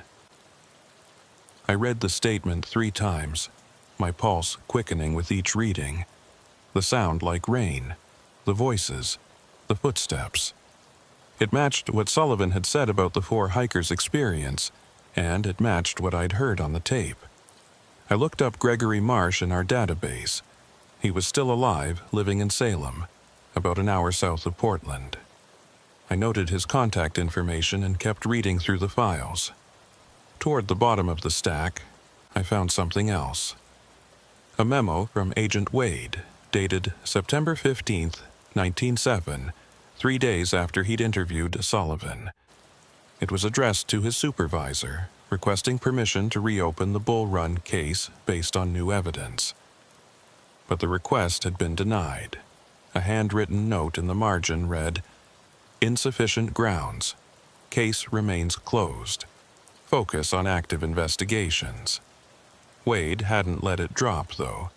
Clipped to the back of the memo was a personal note, written on a legal pad in Wade's handwriting. They're not telling me everything. Sullivan knows more than he said in the official interview. The tape, there's something on the tape that wasn't there during the actual conversation. I can hear it now, clearer each time I listen. Voices. Names. The forest is trying to tell us something, but nobody wants to hear it. I'm going to Bull Run myself. If I can find the area where the hikers disappeared, maybe I can make sense of this. Maybe I can hear it clearly. The note was dated September 20th, 1987. Wade had died on October 3rd, 13 days later. I pulled Wade's personnel file and read through it carefully. The cause of death was listed as cardiac arrest, but there was an incident report from the Portland police attached to the file. Officers had responded to a wellness check at Wade's apartment after he failed to show up for work for 2 days. They found him in his living room, dead for approximately 36 hours. The autopsy showed massive heart failure, no signs of trauma or foul play. But there was one detail that struck me as odd. The responding officers noted that Wade's apartment was in disarray, furniture moved, papers scattered everywhere. And every mirror in the apartment, bathroom, bedroom, the large mirror in the hallway, had been covered with blankets and towels. When asked about this, Wade's ex-wife, they'd been divorced for 3 years, said it was completely out of character. Wade had been methodical, organized, almost obsessively neat. The report also noted that a cassette player was found near Wade's body, still plugged in, a tape inside. The tape was listed in the inventory of Wade's personal effects, returned to the FBI evidence room. Case number, I checked the number, matched the tape now sitting in my locker. Wade had been listening to the tape when he died. I sat in the archive room, surrounded by boxes of old files, and felt a cold certainty settling over me. Wade had heard what I heard. He'd heard the voices getting clearer, the names, the warnings, and he'd gone to Bull Run to investigate, despite being told to drop the case. And then he'd come home and listened to the tape again, and something had happened. Something that made him cover every mirror in his apartment. Something that stopped his heart. I should have destroyed the tape right then, burned it, shredded it, erased it. Instead, I kept investigating. By early afternoon, I'd compiled a list of everyone connected to the case who was still alive. Michael Sullivan, the ranger, living somewhere in eastern Oregon. Gregory Marsh, the witness, in Salem, and a few family members of the missing hikers, scattered across California and Washington. I decided to start with Marsh. He'd been in the forest that night. He'd heard what the hikers had heard, and he'd been terrified enough to hike out in the dark and never go back. I called the number on file for him. A man answered on the third ring, voice cautious. "Hello? Mr. Marsh? My name is Thomas Archer. I'm with the FBI. I'm investigating a cold case from 1987, and I found a statement you gave regarding some unusual experiences in the Bull Run watershed area." A long silence, then, I knew someone would call eventually. I've been waiting 30 years for this. Waiting? For someone to listen, to take it seriously. Can you come to Salem? This isn't something I want to discuss over the phone. 2 hours later, I was sitting in Gregory Marsh's living room, a modest house in a quiet suburban neighborhood. Marsh was in his 60s now, gray-haired but fit, with the weathered look of someone who'd spent a lot of time outdoors. But there was something else in his eyes. Wariness. Maybe fear. "I haven't been back to Bull Run since that night," he said, pouring coffee into 2 mugs. "Haven't been to any forest at night since then, actually. I sold all my camping gear. My wife thinks I'm crazy. Maybe I am." "Tell me what happened." He sat down across from me and stared into his coffee mug for a long moment before speaking. I'd been solo camping for years. Loved it. The solitude, the connection to nature, all that. Bull Run was one of my favorite spots. Remote, beautiful, peaceful. Or at least it used to be. That trip in August '87, I'd been there 3 days already. Everything was normal the first 2 nights. But the third night, the 29th, everything changed. It started with that sound, like rain hitting my tent. But there was no rain. And it wasn't just the sound, I could feel it, like pressure on the tent fabric, like something was pressing down on it. How long did it last? Maybe 5 minutes. Then it stopped, and the silence. God, the silence was worse than the sound. It was absolute, complete, like the forest had just stopped existing. And then I heard the voices. What did they say? Marsh looked at me directly for the first time. They said names, 4 names, over and over. David, Linda, Scott, Jennifer. I didn't know who they were at the time. It wasn't until later, when I heard about the missing hikers, that I realized those were their names. The hair on the back of my neck stood up. You heard their names? On August 29th? Yes. And here's the thing. The hikers didn't go missing until the 30th or 31st, right? So how could I have heard their names before they disappeared? Maybe you heard about them later and incorporated it into your memory of that night. He shook his head firmly. I thought about that. Spent years thinking about it, actually, but no. I wrote down what I heard that night in my journal, dated it, before I ever knew anyone was missing. I still have the journal. Do you want to see it? He left the room and came back with an old spiral notebook, pages yellowed and dog-eared. He flipped to an entry dated August 30th, 1987, written in shaky handwriting. Left Bull Run at 2 a.m., couldn't stay. Heard voices saying names, David, Linda, Scott, Jennifer. Heard footsteps circling. Heard something else. Something I can't describe, like the forest itself was speaking. Never going back. I wrote that hours before the missing persons report was even filed, Marcia said quietly. How did I know their names, Agent Archer? I didn't have an answer. We sat in silence for a moment, then I asked, did you ever speak with Agent Wade, the FBI agent who was investigating the case? Once, he came to see me about 2 weeks after I gave my statement. He seemed intense, obsessed, maybe. He kept asking if I'd heard anything else, seen anything else. He played me a tape recording of an interview he'd done with some ranger, asked me if I heard anything unusual on the tape. Did you? Oh yeah, I heard it. Voices underneath the conversation, saying those names again, David, Linda, Scott, Jennifer. Wade seemed relieved that I could hear them too, like he'd been worried he was going crazy. He said the voices got clearer every time he listened to the tape. That's why he came to see me, to confirm he wasn't imagining it. What else did he say? He said he was going back to Bull Run. Said there was something in that forest that wanted to be heard, and he was going to figure out what it was. He asked if I'd go with him, but I refused. Told him no amount of money would get me back into those woods. He went anyway. Alone, I think. He died a few weeks later. Marsh nodded slowly. I heard about that. Heart attack, right? I never believed that. Wade was maybe 45, fit, healthy. Hearts don't just stop for no reason. Did he tell you anything else? About what he thought was in the forest? He had a theory. Said there were places in the world where the boundary between things was thin. Between past and present. Between alive and dead. Between here and somewhere else. He said he thought Bull Run was one of those places. That the forest was trying to tell us something, show us something, but we didn't know how to listen properly.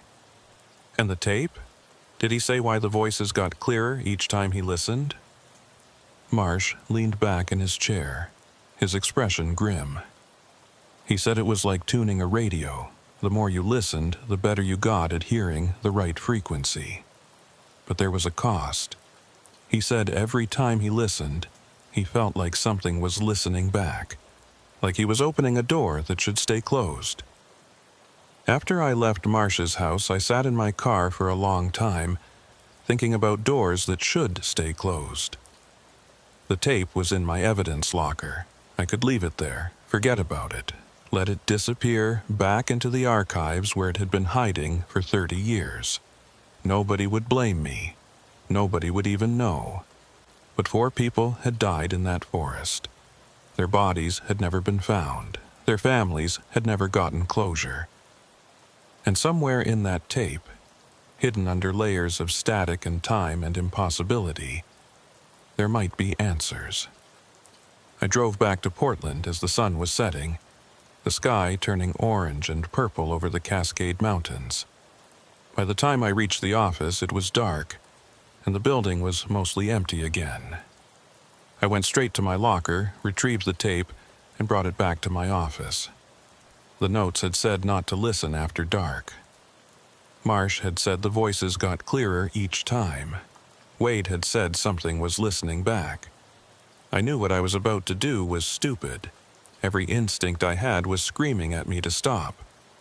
But I inserted the tape into the player, rewound it to Wade's personal notes, and pressed play. The tape hissed to life. Wade's voice, hollow and frightened. Personal notes. September 12th, 10:30 p.m. But this time his voice wasn't alone. There was another voice speaking at the same time, saying different words, an overlapping conversation with itself. They're in the forest. They're still in the forest. They never left. They're calling. They want someone to find them. They want someone to listen. The voices continued. 2 Wades speaking simultaneously, one conducting his investigation, the other describing something he couldn't possibly know. The background sounds were clearer now. Not just footsteps, but breathing, whispers, the rustle of branches and wind that shouldn't exist on an audio tape. And then, as Wade described trying to enhance the audio, I heard my name. Archer. Soft, barely audible, but unmistakable. My name, spoken by a voice that wasn't Wade's, wasn't Sullivan's, wasn't anything human. Archer, listen. Come to the forest. Come find us. I stopped the tape, my hands shaking so badly I nearly dropped the player. The office felt wrong suddenly. The shadows too deep, the air too cold. I could hear my own breathing, fast and shallow, and underneath it, that other sound. Footsteps, slow and deliberate, coming from the hallway. I stood up, weapon in hand, and opened my door. The hallway was empty, fluorescent lights buzzing, but I could still hear them. The footsteps were coming from everywhere at once, from above, from below, from inside the walls themselves. I went back into my office and locked the door, grabbed my phone, and called the security desk downstairs. This is Agent Archer, 5th floor. Are there any other people on this floor right now? Negative, Agent Archer. You're the only one signed in on 5. Can you check the cameras? I need to know if anyone's in the hallway. A pause. Checking now. Cameras on 5 are... That's odd. What? They're showing static, all of them. Like the feeds are corrupted or something. Let me try rebooting the system. I hung up and looked at the tape player. The cassette was still inside, motionless, but I could swear I heard something coming from it. Not the hiss of tape, but whispers. Many whispers, all talking at once, all saying my name. My computer screen flickered. The overhead lights dimmed for a moment, then brightened, and on my desk, next to the tape player, my phone screen lit up even though no one was calling. The screen showed a text message, but it was from my own number, which was impossible. The message read, Station 7. Tomorrow, alone. I stared at the screen until it went dark again. Then I ejected the tape, put it back in the box, and sealed the box in my locker. I left the office, rode the elevator down to the parking garage, and drove home through streets that seemed unusually empty for a Tuesday night. That night, I lay in bed and listened to the sounds of my apartment, trying to convince myself I was being rational, that there was a logical explanation for everything. But I couldn't stop thinking about Wade's theory. Thin places, boundaries between here and somewhere else, and the tape as a door, opening wider every time someone listened. When I finally fell asleep sometime after 3 a.m., I dreamed of a forest where it was always night, where footsteps circled endlessly through the trees, and where 4 voices called out names over and over, waiting for someone to answer, waiting for someone to find them. I didn't go to Station 7 the next day. I told myself it was because the message had been a hallucination, stress-induced paranoia, my phone malfunctioning. But the truth was simpler. I was afraid. Instead, I spent Wednesday doing what I should have done from the beginning, documenting everything. I wrote a detailed report on the tape, on Wade's death, on the disappearances. I noted the audio anomalies, the witness statements, the pattern of fear that seemed to follow anyone who got too close to understanding what happened in Bull Run that August. I even contacted the Bureau's Behavioral Analysis Unit asking if they'd ever encountered cases where audio evidence seemed to change or degrade in unusual ways. The analyst I spoke with, a woman named Dr. Christine Reeves, was intrigued. There are documented cases of mass hysteria surrounding certain audio or visual stimuli, she said. The human brain is incredibly good at pattern recognition, sometimes too good. We see faces in clouds, hear voices in white noise. If multiple people listen to a recording expecting to hear something specific, they often will. What if they don't know what to expect? What if they all hear the same thing independently? That's more interesting. Could be genuine evidence of something on the recording. Or could be that the human brain is predisposed to hear certain patterns, voices, footsteps, things that sound human, even when they're not there. What about recordings that sound different each time you listen? A pause. That's not psychologically typical. That sounds more like either the recording media itself is degrading in real time, or you're experiencing a dissociative episode that's affecting your perception. What if it's neither? Another pause, longer this time. Agent Archer, are you okay? Do you need to talk to someone? I thanked her and hung up. She thought I was losing it. Maybe I was. Maybe the stress of 16 years chasing cold cases had finally caught up with me, and I was having some kind of breakdown. That would be the rational explanation. But I knew what I'd heard, and I knew what Wade had heard. And I knew that the message on my phone, telling me to go to Station 7, was still there when I checked. Not a hallucination. Real. Thursday morning, I made a decision. I was going to Station 7, but I wasn't going alone, and I wasn't going unprepared. I called an agent I'd worked with before, Daniel Marks, someone I trusted. I told him I was investigating a cold case and needed backup to interview a potential witness at an old ranger station in the Mad Hood area. I didn't mention the tape, didn't mention Wade or the voices or any of it. Just framed it as standard field work. We drove out Thursday afternoon, taking Highway 26 east into the mountains. Station 7 was about an hour from Portland, deep in the Mad Hood National Forest. According to the GPS, we'd need to hike the last mile. The old access road had been closed for years. "What's this case about?" Marks asked, as we drove through increasingly dense forest. "Missing persons from 1987. 4 hikers never found.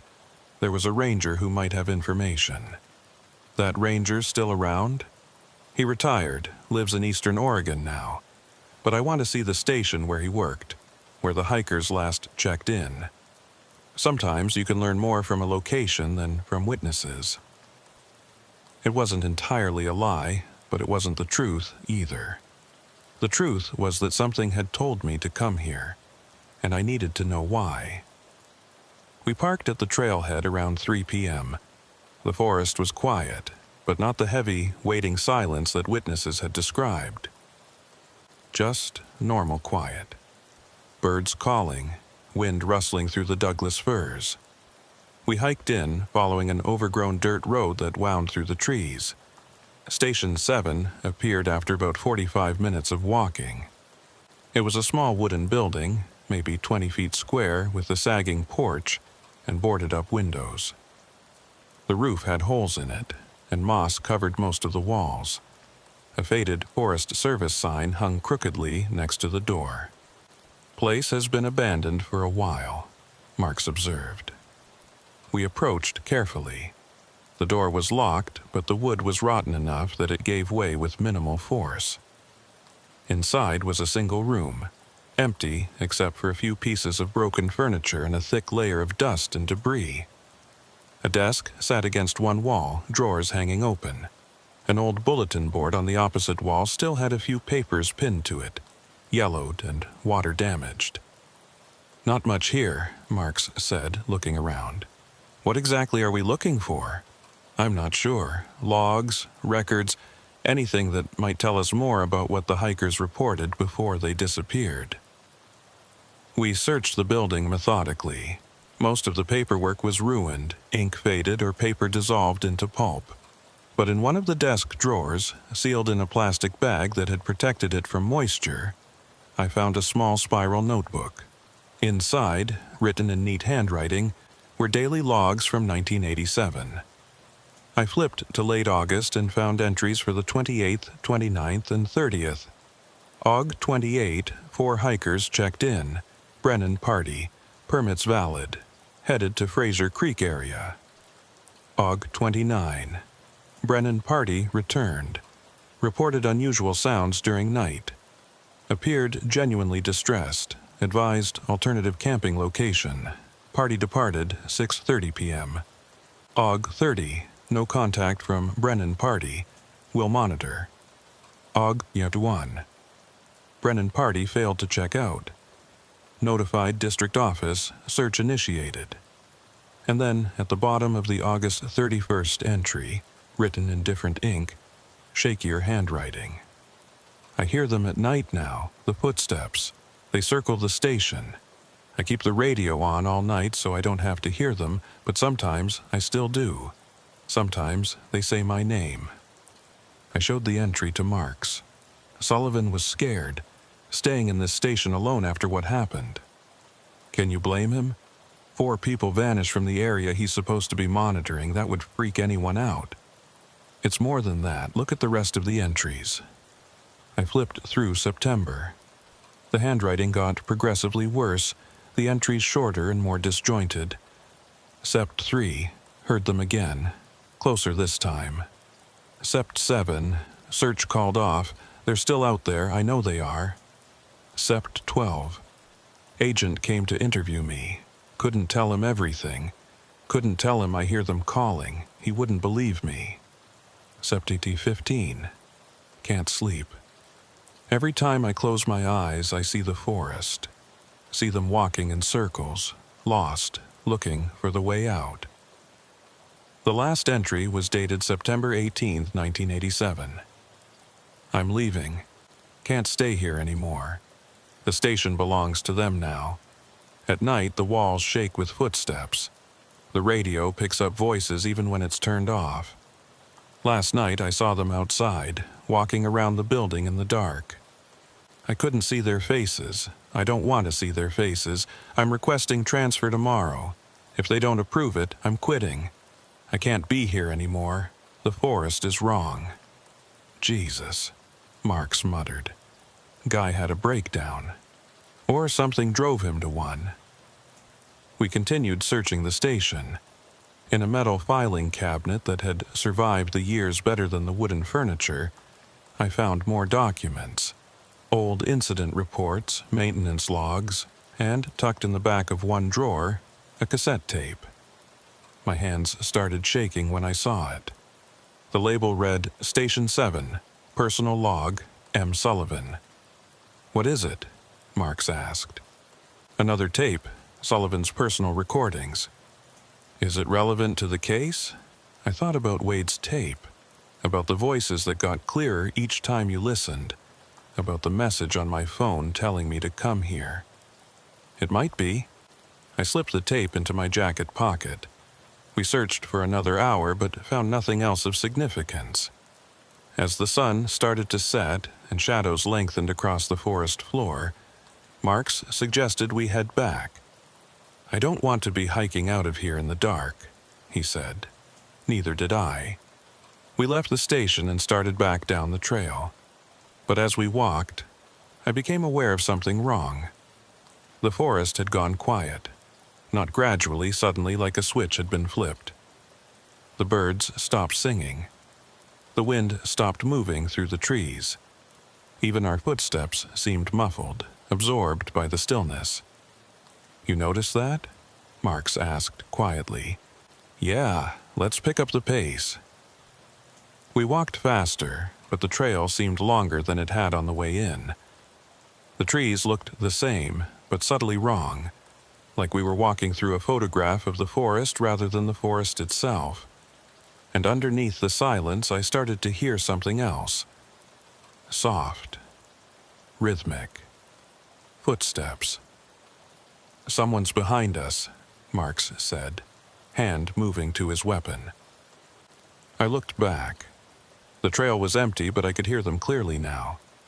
Multiple sets of footsteps, keeping pace with us, maintaining a constant distance. We started jogging. The footsteps matched our speed. "This isn't right," Mark said. "Something's not right." We ran. The trail twisted through the trees, shadows growing deeper as the sun sank toward the horizon.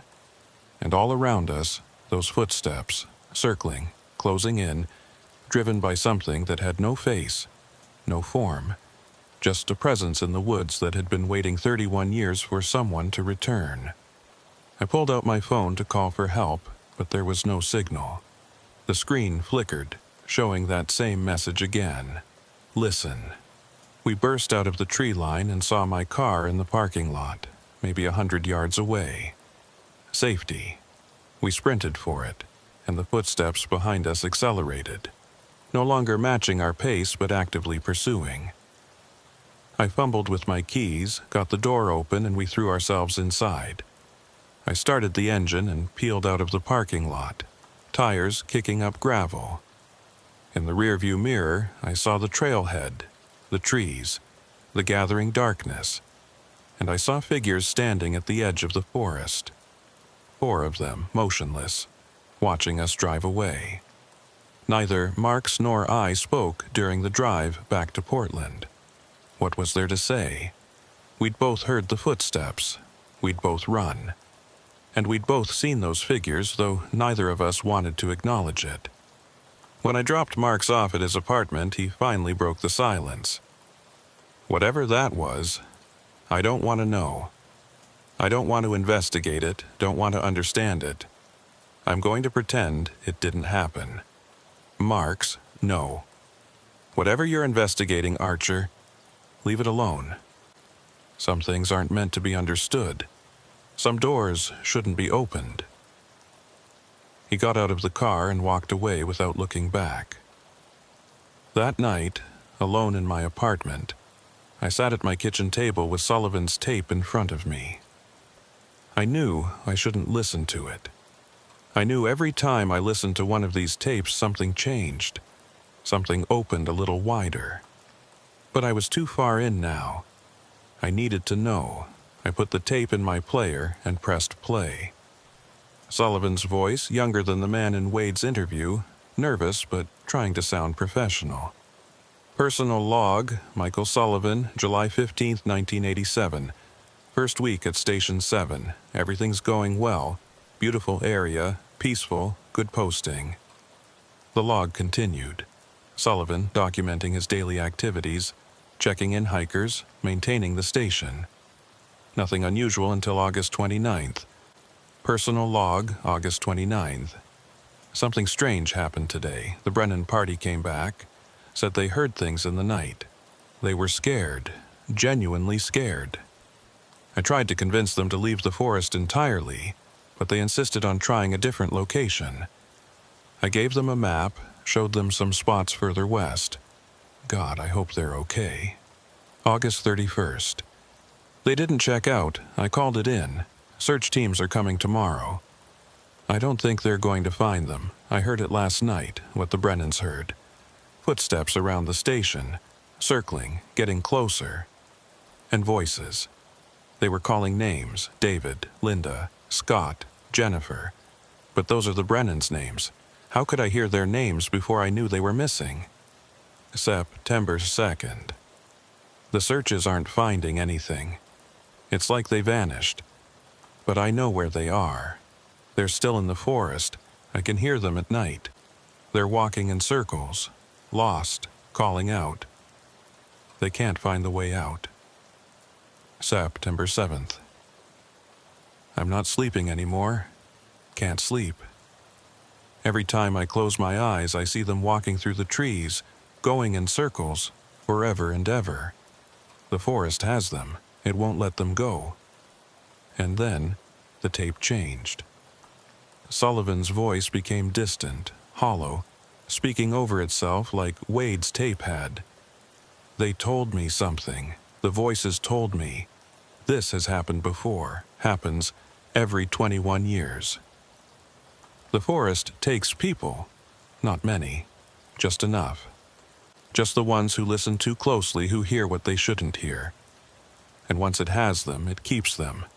They walk forever in the dark, lost, calling out, hoping someone will find them.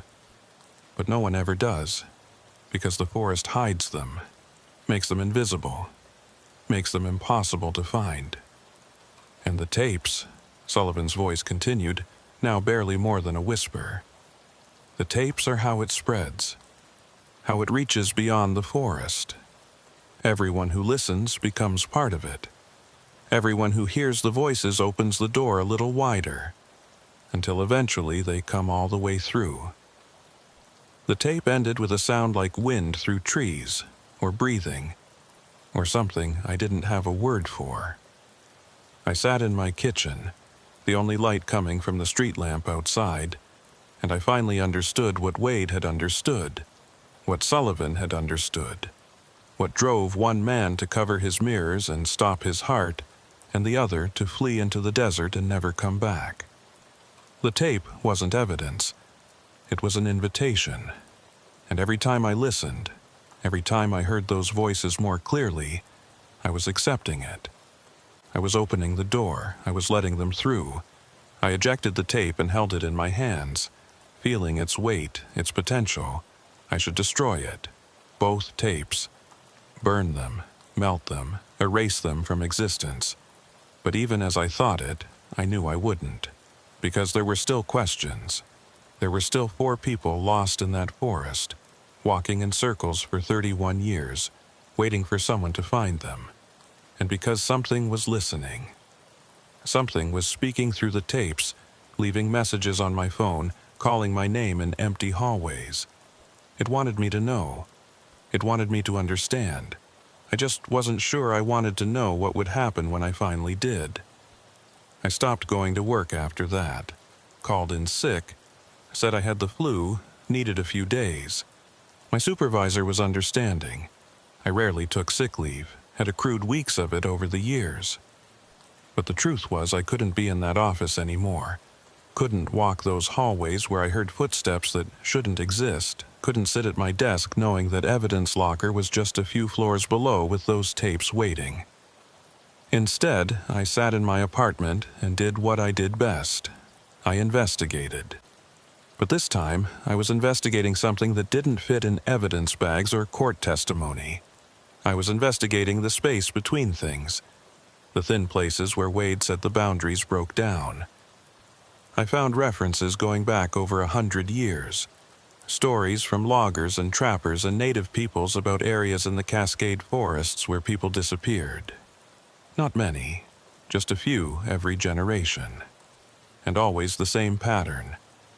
Experienced outdoors people vanishing without a trace. Searches finding nothing. And then the stories that would circulate among the survivors. Stories about sounds in the forest. Footsteps circling. Voices calling names. One account from 1923 described it perfectly. A logger named Samuel Grant had written in his journal about 3 men who went missing from his camp. The entry, which I found digitized in a university archive, read, "The forest has taken them, as it takes all who listen too closely to its voice. They walked into the trees one morning and never came back. We searched for weeks but found only their boot prints, going in circles, round and round the same area, as if they were trapped in some invisible maze. And at night, when the camp was quiet, we could hear them calling. Their voices carried on the wind, saying our names, asking us to help, begging us to find them. But we never could. The forest keeps what it takes. Grant's camp was less than 5 miles from Station 7. The more I dug, the more I found. Reports from the 1940s, the 1960s, the 1980s, always in the same general area, always the same pattern. And in several cases, the investigating officers had noted audio recordings that seemed to contain anomalous sounds. Most of these recordings had been lost or destroyed over the years, but a few remained, scattered across various archives, forgotten. On Friday, 3 days after visiting Station 7, I drove to the Oregon Historical Society and asked to access their audio archive. The librarian, an elderly woman named Mrs. Pemberton, led me to a climate-controlled room where old recordings were stored. "What time period are you interested in?" she asked. "Late 1960s. Police or Forest Service recordings from the Mount Hood area." She pulled several boxes and left me alone in the listening room. I went through them methodically, and in the third box I found what I was looking for. A reel-to-reel tape labeled Forest Service Incident Report, Missing Persons, October 1966. I threaded the tape onto the player and put on headphones. The recording was scratchy, the voices tinny and distant, but I could make out a conversation between a Forest Service officer and a ranger named Thomas Blake. "Ranger Blake, describe what you heard on the night of October 14th. "I was doing a late patrol near Zigzag Canyon when I heard voices, multiple voices, sounded like they were calling for help. I investigated but couldn't find anyone. The voices seemed to move, staying always ahead of me, leading me deeper into the forest. How long did this continue?" "About 2 hours. Eventually I realized I was lost. I'd been walking in circles. The voices had led me in a pattern, and I couldn't find my way back to the trail. I had to wait until dawn to get my bearings." "Did you recognize the voices?" A long pause on the tape. "Yes. They were calling the names of the 2 hikers who disappeared last week. Robert and Margaret Chen. But sir, the strange thing is, one of the voices sounded like mine. Like I was calling my own name." The tape continued, but I was stuck on that last detail. The voices sometimes sounded like the listener's own voice, calling their own name, drawing them deeper into the forest. I kept listening. In the background of the interview, beneath the conversation, I could hear something else. Faint, but distinct. Footsteps, and whispered words I couldn't quite make out. I rewound and played that section again, turning the volume up. The words became clearer. "Listen. Come find us. We're waiting. We're still here." My hands started shaking. This tape was from 1966, over 50 years old, and it contained the same anomalous sounds as Wade's tape, as Sullivan's tape. Whatever was doing this had been doing it for decades at least, possibly much longer. I spent the rest of Friday and all of Saturday listening to every audio recording in the archive that came from the Mount Hood area. Most contained nothing unusual, but a few, maybe 1 in every 10, had those same background sounds. Footsteps, whispers, names being called, and the sounds got clearer the more I listened, as if my ears were becoming more attuned to hearing them. By Saturday evening, I could hear them even when I wasn't playing the tapes. Soft whispers in my apartment, footsteps in the hallway outside, my name being called from rooms I knew were empty. I was losing time, too. I'd sit down to listen to a tape and suddenly hours would have passed. I'd find notes I'd written that I didn't remember writing.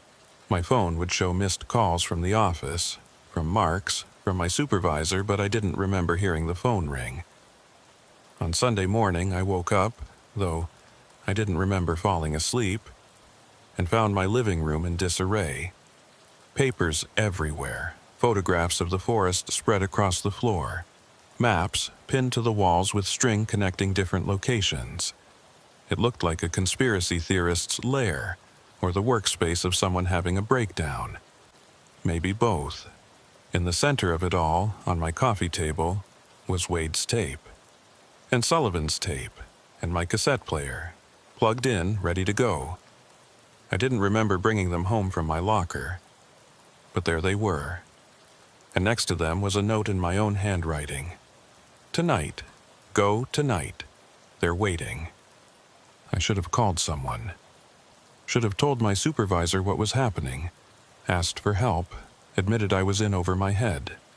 Instead, I packed a bag. Flashlight, extra batteries, my service weapon, water, energy bars. The essentials for going into the forest at night. I knew it was a bad idea. Knew that everyone who'd gotten too close to this, Wade, Sullivan, the hikers, the loggers, all of them, had either died, disappeared, or spent the rest of their lives running. But I also knew I didn't have a choice anymore. The door had been opened. The invitation had been accepted. And something was calling me back to Bull Run, back to the forest, back to whatever thin place existed there where the impossible bled through into reality. I loaded both tapes into my bag along with the cassette player. Then I drove east on Highway 26 as the sun set behind me, painting the sky blood red. I reached Station 7 around 9 p.m. The forest was completely dark, my headlights the only illumination on the overgrown access road.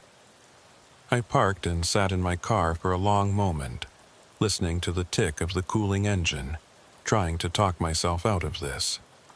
But the whispers were so loud now I could barely hear my own thoughts.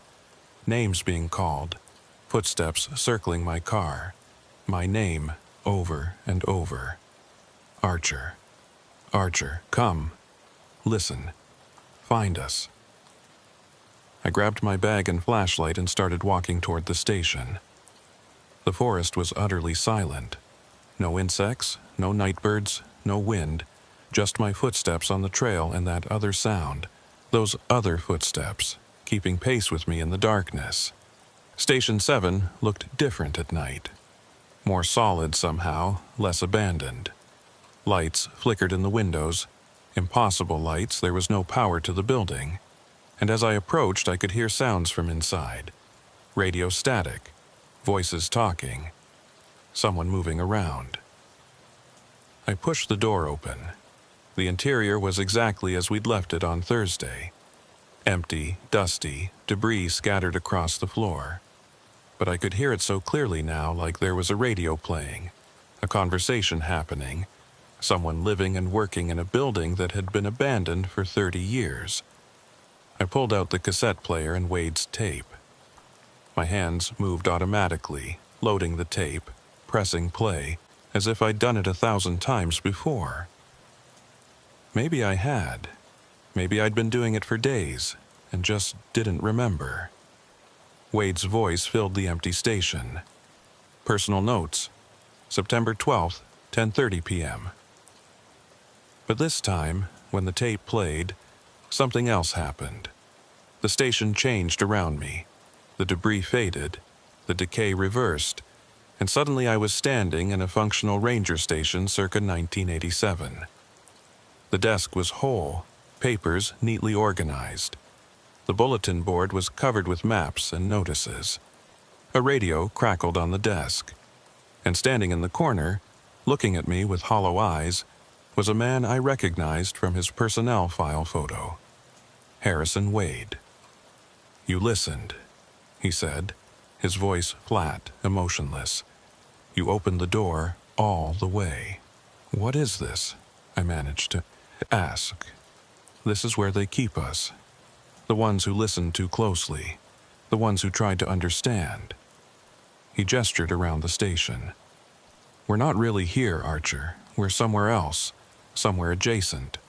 The forest has us now, like it has everyone who heard the voices and followed them. How do I get out? Wade laughed, but there was no humor in it. You don't. Once you're here, you stay here. Walking in circles, lost, calling out, hoping someone will hear. But they can't. Because we're not in the forest anymore. We're in the spaces between. The thin places that Pemberton talked about. Other figures emerged from the shadows. Michael Sullivan, looking exactly as he had in 1987, face gaunt with fear. The 4 hikers, David and Linda Brennan, Scott and Jennifer Morrison, still in their camping gear, still searching for a way out they'd never find. "We tried to warn you," Sullivan said. "The tapes were warnings. Don't listen, don't come here. But the more you listen, the more you become part of it. Until you can't help but come." I looked at the cassette player, still playing Wade's tape. The voices on it were clearer than ever now, and I realized why. They weren't anomalies. They weren't audio artifacts. They were real voices. Voices of people trapped in this in-between place, speaking through the recordings, trying to warn anyone who would listen, trying to ensure they weren't forgotten. "How many?" I asked. "How many are trapped here?" Wade shrugged. "I've counted at least 40 over the years I've been here. Could be more. The forest is big, and we're scattered through it. All of us walking in circles, all of us calling out, none of us finding the way out. There has to be a way. If there is, no one's found it yet. And believe me, we've tried." The station began to fade around me. The walls became translucent, and through them I could see the forest, but wrong, distorted, like looking at it through water. The trees went on forever, repeating in impossible patterns. And everywhere figures walking. Dozens of them, hundreds maybe, all moving through the endless woods, all searching, all lost. The tape, one of the hikers, Jennifer Morrison, said, "Destroy the tape. Maybe if there are no more recordings, no more people will come. No more will be trapped." I ejected the cassette from the player. It felt ordinary in my hands, just plastic and magnetic tape. But I knew what it was now, not evidence. A trap, a doorway that only opened one way. I found my lighter in my pocket and flicked it on. Held the tape above the flame, watching the plastic begin to melt. "Wait," Wade said. "If you destroy that tape, all record of what happened to us disappears. We'll be truly lost then, forgotten, as if we never existed." I lowered the lighter. "What do you want me to do?" "Get out," Sullivan said. "If you can. And tell people what happened here, not the official report, not the sanitized version. The truth.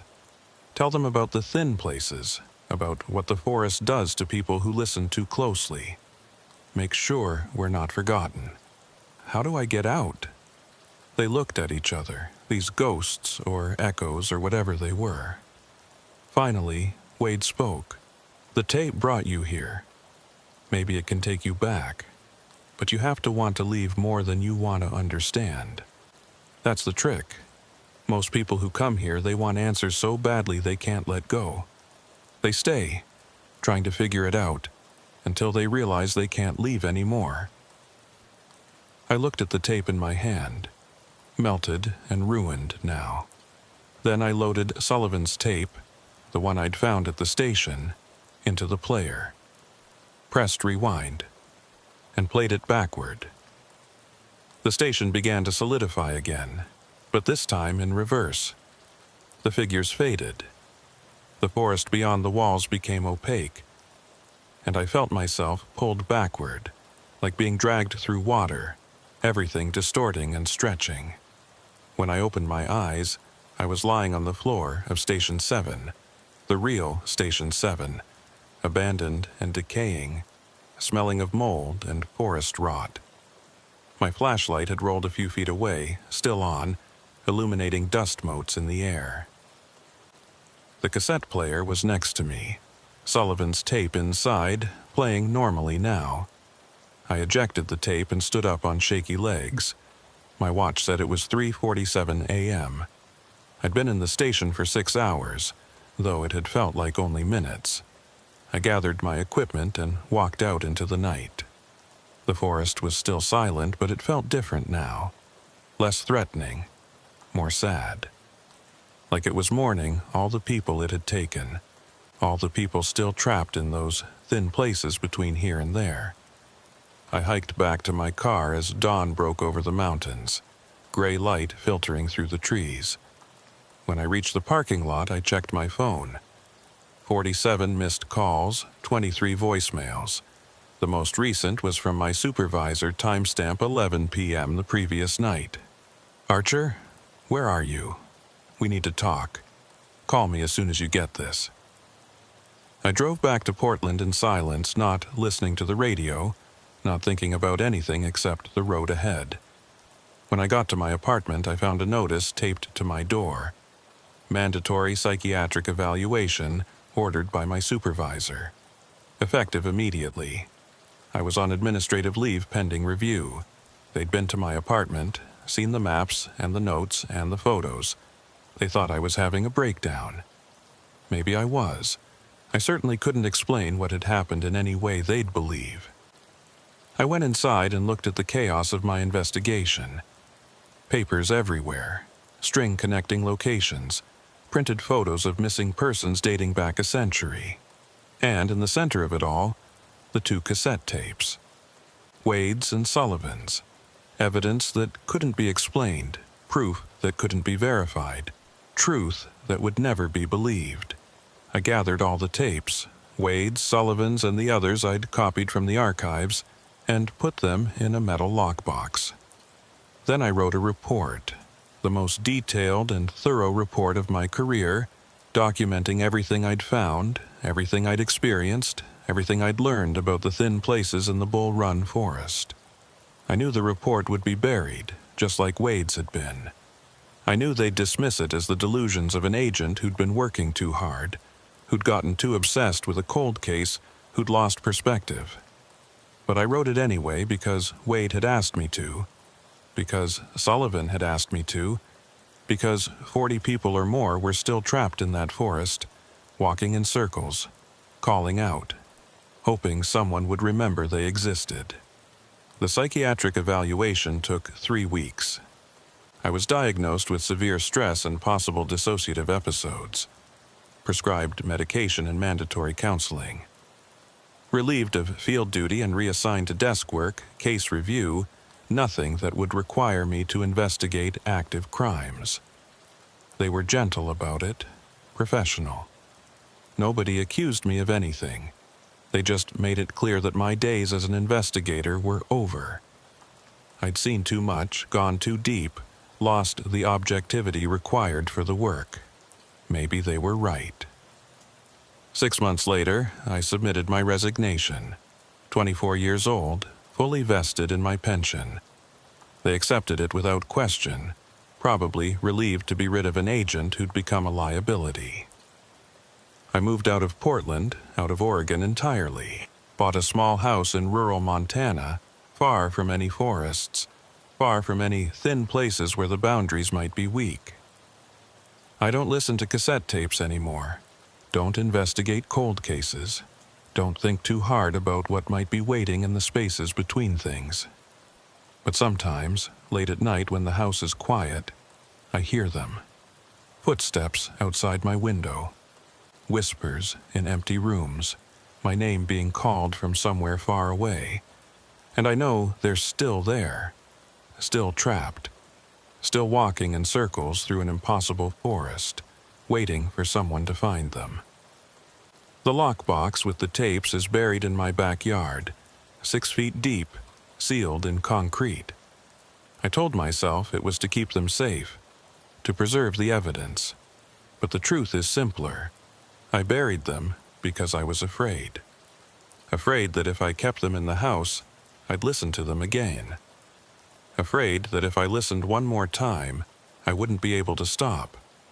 Afraid that the next time I heard those voices calling, I'd answer, and I'd never come back.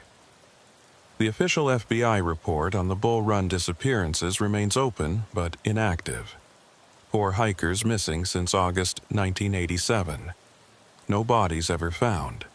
No evidence recovered. Status, presumed dead. But I know the truth. They're not dead. They're somewhere else, walking through trees that repeat infinitely, calling out to anyone who might hear, trapped in a recording that plays forever, waiting for the tape to finally run out. Sometimes I wonder if Harrison Wade was right, if there really are thin places where the boundaries break down. If the world is full of spaces between, and if enough people find their way into those spaces, do they eventually break through? Do they finally come back? I don't know, and I hope I never find out. Because every night, just before I fall asleep, I hear that same whisper, the one that's been following me since I first played Wade's tape. Listen. And every night, I have to remind myself not to.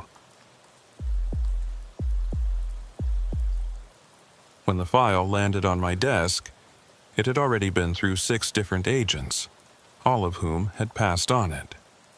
My name is Catherine Monroe, forensic analyst with the FBI for 11 years, specializing in missing persons. I don't usually work cold cases this old, but my supervisor thought I might see something the others had missed. The file was labeled Case File 87 NWW Silent in faded typewriter ink. March 1987. Inside was an incident report from Forest Service pilot Gordon Walsh, dated March 17, 1987. During routine aerial survey of Tillamook State Forest, observed unmapped settlement at coordinates 45.7234 degree N, 123.4521 degree WW. Approximately 15 to 20 structures appeared inhabited. No roads visible. Location not marked on any maps. A grainy aerial photograph showed buildings in a clearing, arranged in a rough circle. Ground team report from March 19th. No settlement found, no structures. Old growth forest, undisturbed. But Walsh kept taking photographs. April, May, different dates. All showed the settlement. Yet, every ground team found only forest. The last document in the file was a memo from an FBI agent named Robert Keating, dated June 3, 1987. Have reviewed Forest Service reports regarding alleged settlement at coordinates 45.7234 degree N, 123.4521 WW. Aerial photographs appear authentic, but ground verification has repeatedly failed to locate any structures or evidence of habitation. Recommend psychological evaluation of Pilot Walsh and closure of case. No evidence of criminal activity. Likely explanation: photographic anomaly combined with navigational error. Case closed. Except it hadn't been closed. Not really. Someone had kept adding to the file over the years. Newspaper clippings about missing persons in the Tillamook area. Anonymous letters claiming knowledge of a hidden settlement in the Coast Range. And, most recently, a note from a retired Forest Service employee named Margaret Chen, dated October 2018. I worked the Tillamook district in the 80s. I remember the Walsh incident.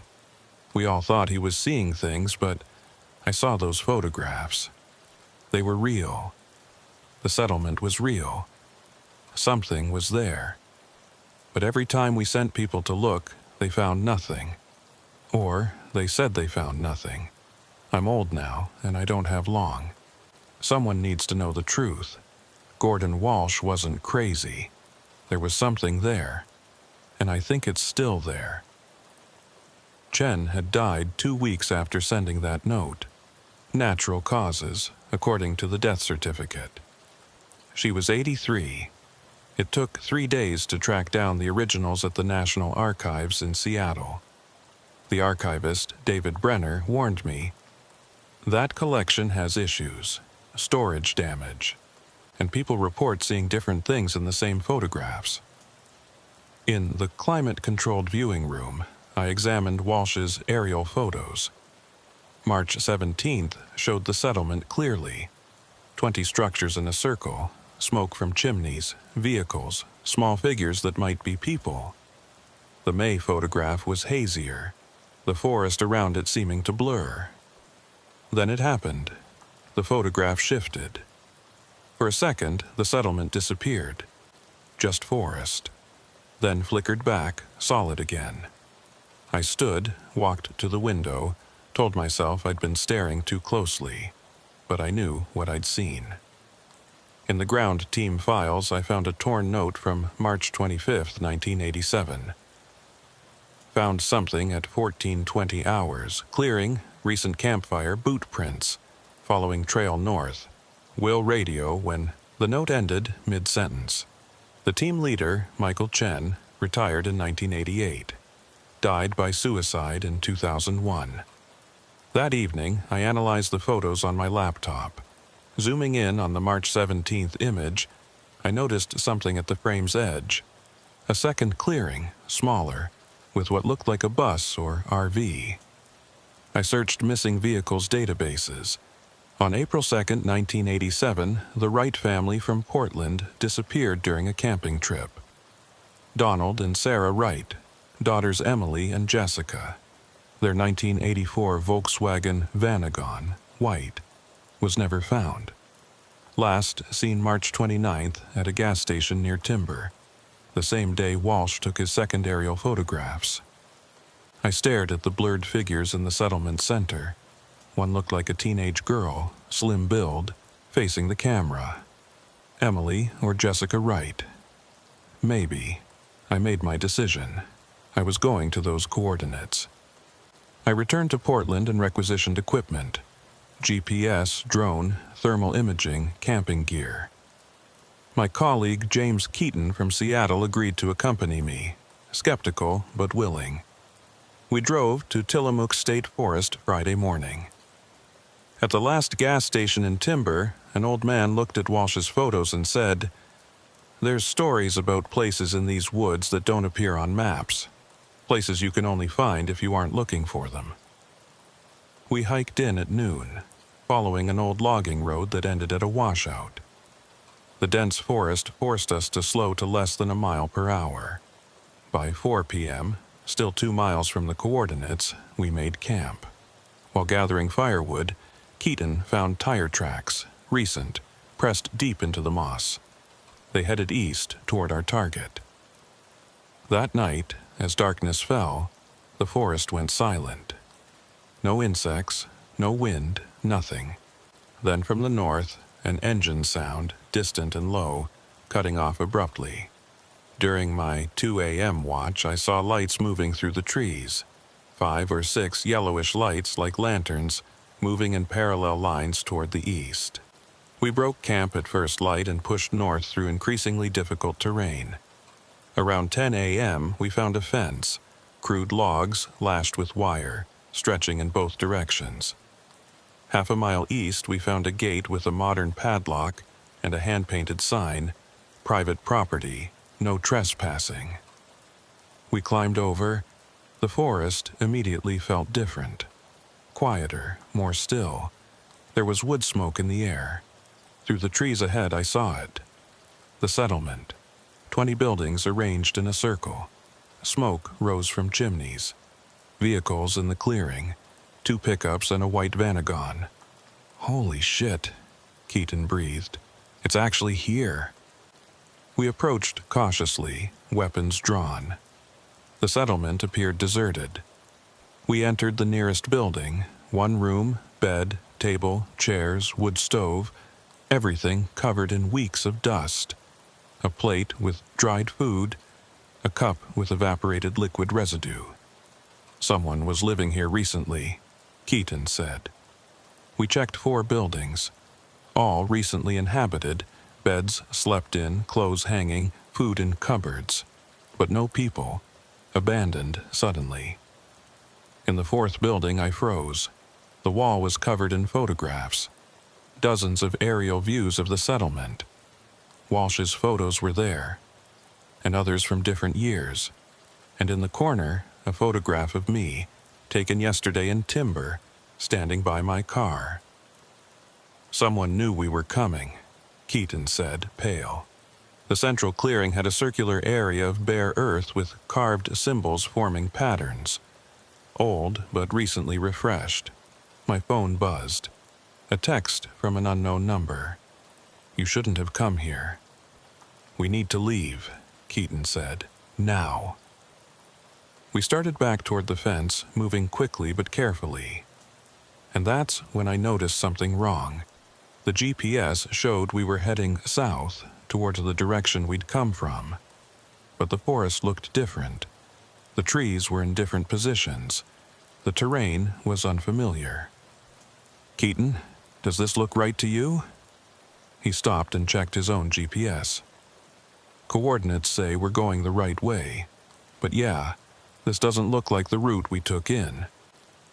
We kept walking, following the GPS. But the forest continued to look wrong, unfamiliar, and after 20 minutes we should have reached the fence. But there was no fence. Just more forest, stretching endlessly in every direction. "We're lost," Keaton said. "How are we lost? We have GPS, we have coordinates, but we're fucking lost." I pulled out my satellite phone, standard equipment for deep wilderness work, and tried to call the Portland office. The phone had signal, 5 bars, but when I dialed, all I got was silence. No ring, no connection, nothing. "Try your phone," I told Keaton. He did, same result, full signal, no connection. "We're being jammed," he said. "Someone is jamming our communications." We walked for another hour. GPS showing we should have been well past the fence, well into familiar territory. But the forest remained strange, unfamiliar, and the fence never appeared. Then, as the sun started to sink toward the horizon, we heard it. Engine sounds, multiple engines coming from different directions, getting closer. They're hurting us, I realized. Whoever they are, they're pushing us somewhere. Back to the settlement? Maybe. Or somewhere else. The engine sounds grew louder, circling us, and we had no choice but to move away from them. The only direction that seemed clear was north, back toward the settlement. We emerged from the tree line as full darkness fell. The settlement was ahead of us, but it looked different now. Lights showed in the windows. Smoke rose thick from the chimneys, and figures moved between the buildings, dark silhouettes against the yellow light. "It's occupied," Keaton whispered. "It wasn't occupied an hour ago, but it is now." We backed into the trees, trying to stay out of sight. The figures continued their movements, going about some routine we couldn't understand. And then one of them stopped, turned, looked directly at where we were hiding. It was a woman, middle-aged, wearing practical outdoor clothing. She stood completely still, staring at our position, even though we were concealed in the shadows. Then she smiled and raised one hand, beckoning. "Run," Keaton said. We ran. We crashed through the forest, abandoning any attempt at stealth. Behind us, the engine sounds started up again, but this time they weren't circling. They were pursuing. Headlights flickered through the trees, multiple sets, crisscrossing beams that swept the darkness looking for us. "The GPS," I gasped as we ran. "Check the GPS." Keaton pulled his unit from his belt, nearly dropping it. "Still showing coordinates. We should be—" He stopped running, staring at the screen. "That's not possible." "What?" "According to this, we're right back at the settlement. but we've been running south for 10 minutes. We should be half a mile away. I checked my own GPS. Same reading. Coordinates 45.7234 degrés N 123 W. The exact center of the settlement. But we weren't at the settlement. We were in deep forest, trees on all sides, no buildings visible. The engine sounds were getting closer. I could see headlights through the trees now, 2 sets, converging on our position from different angles. "This way," Keaton said, choosing a direction at random. We ran again, pushing through underbrush, dodging trees in the darkness. My lungs burned, my legs ached, but terror kept us moving. After what felt like hours, but was probably only minutes, we broke out into a clearing. Not the settlement. A different clearing, smaller, with a single structure in the center. A cabin, old but intact, light showing in one window. The engine sounds had stopped. The forest around us was completely silent. "I don't like this," Keaton said. "This feels like a trap. Everywhere feels like a trap. At least there's light, shelter, and maybe whoever's in there can help us. Or they're part of whatever this is." He was probably right, but we needed to know. We needed to understand what was happening. We approached the cabin cautiously. The door was unlocked, opening silently when I pushed it. Inside was a single room, dimly lit by an oil lamp on a wooden table. The walls were covered with maps, dozens of them, some hand-drawn, some printed, all showing the same area of the Tillamook State Forest. And sitting at the table, hunched over one of the maps, was an old man. He looked up as we entered, showing no surprise at our appearance. "You found the settlement," he said. Not a question, a statement. "Who are you?" I demanded, hand on my weapon. "Gordon Walsh, former Forest Service pilot. I'm the one who reported it in 1987. I stared at him. Walsh was supposed to be in his 80s now, if he was still alive. This man looked the right age, weathered and thin, with the kind of tired eyes that came from carrying a secret for too long. "The settlement is real," I said. "We saw it, documented it. But then we got lost, and the GPS stopped working right, and you can't find your way out." Walsh finished. "I know. That's what it does. The settlement, it's not a place you can just visit and leave. It has rules, and if you don't follow them, it keeps you." "What rules?" He gestured to the maps on the walls. "I've been trying to figure that out for 31 years. The settlement exists, but not in the way normal places exist. It's like a recording that plays over and over. The same buildings, the same patterns, but the people change. And anyone who finds it, anyone who stays too long, becomes part of the recording." "That doesn't make sense," Keaton said. "No, it doesn't. But that's what happens. I've watched it happen. The people who lived there in 1987, I saw them in the photographs, same faces month after month. Then in 1988, new people. Different faces, but the same settlement. And they all seemed happy at first, content, like they'd found what they were looking for. But after a while," he trailed off, staring at one of the maps. "After a while, what?" "After a while, they realized they couldn't leave, and by then it was too late."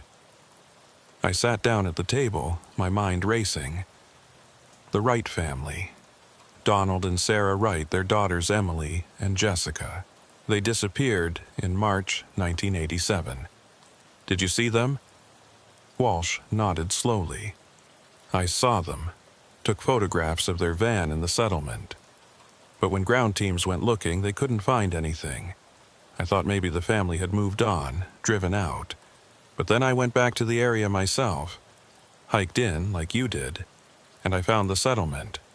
It was real, solid, actually there, and I saw them, the Wrights, living in one of the cabins. The girls were playing in the clearing. Did you talk to them? I tried, but they couldn't see me or wouldn't. It was like I wasn't there. I walked right up to them, called their names, but they looked right through me. He paused, his voice dropping. Then I tried to leave, and that's when I realized I was trapped. The forest just looped. Every direction I walked led back to the settlement. The GPS showed I was moving, but I always ended up in the same place. How did you get out? I didn't, not really. I'm still here. This cabin, this clearing, it's part of the loop too. I just exist in a different part of it than the settlement. I can move between the two, but I can't leave the area entirely. I've tried. For 31 years, I've tried. Keaton and I exchanged a glance. This man was either telling the truth, or he was insane. Or both. There has to be a way out, I said. We have equipment, GPS, satellite phones. That stuff doesn't work here. Not the way it should. The settlement exists in some kind of pocket, a loop. And once you're in the loop, your technology just reflects that. Your GPS shows you moving, but you're not. Not really. You're just cycling through the same space over and over. Then how do we break the loop? Walsh stood and walked to one of the maps on the wall, running his finger along a marked trail. There might be a way. I've been studying the pattern for years. The settlement moves, not physically, but the loop itself shifts. Every few years, the boundaries change slightly, and during the shift there's a window. Maybe an hour, maybe less, when the loop is weakest. When's the next shift? Tonight. Should start around midnight. But it's dangerous. During the shift, the settlement gets unstable. Things happen that don't make sense. Time moves strangely. And the people who live here, they know when the shift is coming. They don't like it when people try to leave. The people in the settlement, who are they? Lost hikers, mostly. People who came looking for something remote, something off the grid. The forest gave them what they wanted. A place hidden from the world. But it was more hidden than they realized. And now they're stuck. Just like me. Just like you. Why don't they try to leave? Some do, but most, he shook his head. Most don't want to anymore. They've been here so long they've forgotten why they came. Forgotten that there's a world outside. To them, this is the whole world. And anyone who tries to leave, who tries to break the loop, is a threat to that. I looked at my watch, 9:47 p.m. A little over 2 hours until midnight. What do we need to do? Walsh pointed to one of the hand-drawn maps. During the shift, you'll see them, markers. Not physical markers, but places where reality is thin. They look like distortions in the air, like heat shimmer. You have to find one and walk through it. That should take you outside the loop. Should? I've never done it myself. I've watched others try, some succeed. Some... He didn't finish the sentence. Some what? Some disappear entirely. Not into the settlement, not back to the outside world. Just gone. To wherever you go when you fall through the cracks. The next 2 hours were the longest of my life. Walsh shared what food he had, canned beans, stale bread, and told us more about the settlement. How he'd watched it change over the years. How he'd seen people arrive excited and hopeful, then watch them slowly realize they were trapped. How he'd tried to warn new arrivals, but they rarely listened until it was too late. Michael Chen, I said, remembering the torn note in the archive. The ranger who was on the 2nd ground team, did you know him? Walsh's face darkened. He found the settlement, found me. I tried to warn him, but he didn't believe me. Thought I was just a crazy old man living in the woods. He tried to hike out, got stuck in the loop. When he finally believed me, he panicked, started running, trying to force his way out. I followed him as far as I could, but then I lost sight of him. Found his pack later, torn apart, but no sign of Chen himself. He retired in 1988. He made it out. Walsh shook his head. Something made it out, but I don't think it was Chen. Not all of him, anyway. At 11:45 p.m., Walsh led us to the edge of his clearing. It'll start soon. When you see the shimmer, head toward it. Don't stop, don't look back. And whatever you hear, voices, engines, anything, don't respond. Just keep moving. What about you? I asked. I'm too old, too tired, and I've been in the loop too long. I don't think I could leave even if I wanted to. This is my home now. He managed a weak smile. But you two, you still have a chance. Take it. At exactly midnight, the forest changed. It was subtle at first, a flicker at the edge of vision, a sense that the trees were in slightly different positions than they had been a moment ago. Then the shimmer appeared, a distortion in the air about 50 yards away, like looking through heat waves on a hot day. There, Walsh pointed. Go. Now. We ran toward the shimmer. Behind us, I heard engines starting up, heard voices calling our names. But we didn't stop. The shimmer grew larger as we approached, and I could see through it, see something on the other side. Normal forest. Real forest. Outside the loop. We were almost there when I heard the voice. A woman's voice, clear and close. Agent Monroe, wait. I slowed, turning. Keaton grabbed my arm. Don't look back. But I'd already seen her. The woman from the settlement, the one who'd beckoned to us. She was standing between us and Walsh's cabin, and she wasn't alone. There were others with her. Dozens of people, all standing motionless, all watching us with expressions I couldn't read. You don't have to leave, the woman said. You can stay. We have room. We have food. It's peaceful here, safe. Kath, come on! Keaton was pulling me towards the shimmer. The woman took a step closer. Out there, you'll write your report. You'll document what you found. And more people will come. More people will get trapped, but if you stay, if you help us protect this place, keep it hidden, no one else has to suffer. She's right, I said, and Keaton looked at me in horror. More people could get trapped if we report this. Then we don't report it. We say we found nothing, but we are leaving, Kath, now. He pulled me toward the shimmer, and I let him. But I looked back one more time at the woman and the crowd behind her, and I saw their faces clearly for the first time. They weren't angry. They were pleading, desperate, as if they were the ones who wanted to leave but couldn't, and watching us go was torture. We hit the shimmer, and everything went white. When my vision cleared, we were standing on the old logging road, the washout visible ahead of us. My GPS showed our correct position, 5 miles from our car, outside the coordinates of the settlement. We'd made it out. We hiked back to the vehicle in stunned silence, neither of us speaking until we were safely inside with the doors locked. What the hell was that? Keaton finally asked. What did we just experience? I pulled out my camera and started reviewing the footage. The settlement was there. Buildings, vehicles, everything we'd seen. But when I got to the shots from inside the cabins, the images were wrong. The walls in the photographs showed different things than I remembered seeing. The food on the plate looked different. The clothing on the pegs wasn't the same. And the aerial footage from the drone was the strangest. It showed the settlement, but flickering, as if the camera couldn't decide whether it was looking at buildings or forest. The image shifted back and forth, sometimes showing structures, sometimes showing nothing but trees.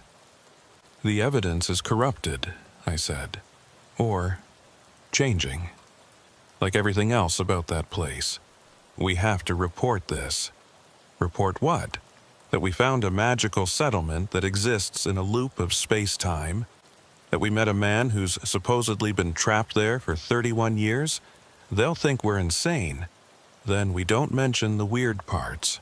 We just say we found an illegal settlement, took photos, recommend a full investigation with proper support. I nodded, but I was thinking about Gordon Walsh, still trapped in that cabin, about the people in the settlement living their looped existence, about Michael Chen, who'd made it out but left something of himself behind. And I was thinking about what Walsh had said. During the shift, some people disappeared entirely, not into the loop, not back outside, just gone. What if that's what happened to us? What if we didn't actually escape? What if we just shifted to a different part of the loop, one that looked like the real world? I pushed that thought away.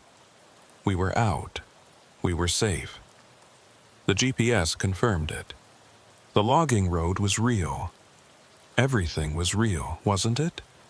I submitted my initial report 3 days later, once Keaton and I had both submitted to mandatory debriefing and psychological evaluation. The debriefing had been brutal. Hours of questions, skeptical looks, suggestions that we'd gotten lost and imagined the settlement, that stress and exhaustion had caused us to hallucinate. But we had evidence. Photographs, video, GPS logs. The Bureau couldn't simply dismiss it all. My report was clinical, careful to separate observed facts from interpretation. On date, Special Agent James Keaton and I conducted a field investigation at coordinates 45.723 for DGs N 123.4521 DGW in response to historical reports of an unmapped settlement in Tillamook State Forest. We located a group of structures matching descriptions in the 1987 Forest Service reports. The settlement appeared to be recently occupied but was empty at the time of our arrival. We documented the site with photographs and video before experiencing navigational difficulties and extracting from the area. Recommend full investigation with appropriate support and resources. Clean. Professional. Leaving out the parts about the loop, about Walsh, about reality bending in ways that shouldn't be possible. The response came 2 weeks later. My supervisor, Assistant Director Patricia Marks, called me into her office along with Keaton. "I've reviewed your report and the supporting evidence," she said, laying several folders on her desk. "And I've consulted with the Seattle office, the Forest Service, and several other agencies. We have a problem." "The settlement," I said. "The settlement doesn't exist, not officially. The coordinates you visited are federal land, designated wilderness. No permits for private structures have ever been issued for that area. No private land claims, nothing. With all due respect, ma'am, we saw it. We documented it. Whatever the legal status, the physical reality is that structures exist at those coordinates." Marks opened one of the folders and pulled out a sheet of paper, a satellite image dated 3 days ago. "This is current high-resolution imagery of your coordinates. What do you see?" I looked at the image. Dense forest. No clearing. No buildings. Just trees. "That's impossible," Keaton said. "We were there less than 2 weeks ago." "I know, and that's the problem. Your photographs and video clearly show structures, but current imagery shows none. Either the structures were removed in the past 2 weeks, which would require significant equipment and labor that would have been noticed, or what?" I asked. Marks looked uncomfortable. "Or your evidence is somehow inaccurate. Corrupted. Anomalous. You think we faked it? No, I think you saw something, but I don't think it was what you believe you saw." She pulled out more images, printouts of frames from my video. "Look at these timestamps." I examined them. The video showed our exploration of the settlement, but the timestamps were wrong. They jumped forward and backward, seemingly at random. One frame would show 1423, the next 1415, then 1447, as if time itself had been unstable while we were recording. Technical malfunction, Keaton suggested. All your equipment, cameras, phones, GPS units, all malfunctioning in exactly the same way? Marks shook her head. No. Something about that location affected your equipment. Or affected you. I've had the footage analyzed by our technical unit. They say the images show signs of, they called it temporal inconsistency. What does that mean? It means different parts of your video were recorded at different times, even though the continuous timestamp suggests otherwise, as if you were experiencing time non-linearly while you were there. I thought about the loop, about Walsh's claim that the settlement existed in a pocket, that time moved strangely inside it. So, what's the Bureau's official position? Marks closed the folders. Officially, the case remains open but inactive. The evidence is inconclusive. The site will be monitored via satellite, but no further ground investigation is authorized at this time. You're burying it, I said. I'm protecting my agents. Whatever you experienced at those coordinates, it's not something we're equipped to investigate. Not with standard procedures and equipment. And I'm not sending more people into a situation where GPS fails, communications fail, and time itself becomes unreliable. She wasn't wrong, but it felt like giving up. That night, I couldn't sleep. I kept thinking about the people in the settlement, about Walsh in his cabin, about all the evidence that kept shifting and changing as if it couldn't decide what was real. Around 2 a.m., I opened my laptop and looked at the aerial photographs again. The ones Walsh had taken in 1907, the ones I'd photographed in Seattle. And I noticed something I hadn't before. In the corner of the March 17, 1907 photo, the first one Walsh had taken, there was a figure standing at the edge of the settlement. A person facing the camera, as if they knew someone was taking the photograph. I enhanced the image, zooming in on the figure. The resolution was terrible, the image pixelated and grainy. But I could make out features. The person was wearing modern clothing, jeans, a jacket, not 1987 style, more recent. And the person looked like me, not just similar, identical, the same height, the same build, even the same jacket I'd been wearing during our expedition. I checked the date on the photograph again, March 17, 1987. 31 years before I'd visited the site. 31 years before I was born. I closed the laptop, hands shaking. Told myself it was just a coincidence, a trick of light and shadow and poor resolution. But I knew what I'd seen. The loop didn't just exist in space. It existed in time, too. And if Walsh was right, if people could get trapped in it, experiencing the same events over and over, how did I know I'd escaped? How did I know I wasn't still in the loop, living the same days repeatedly, writing the same report, seeing the same evidence? I grabbed my phone and called Keaton. He answered on the third ring, voice groggy. Kath, it's 2 a.m. Do you remember what day we went to the settlement? What? Yeah, it was Friday, the 23rd. What month? A pause. October 23rd. Why? And today is November 7th. Kath, what's going on? Check your calendar. Tell me what day it actually is. I heard rustling, then silence, then Keaton's voice, very quiet. It says October 23rd. My blood ran cold. That's not possible. We submitted our report. We've been back for 2 weeks. According to my phone, we just got back. Today, a few hours ago. Another pause. Kath, I remember 2 weeks. I remember the debriefing, the psych eval, everything. But my phone says it all happened today.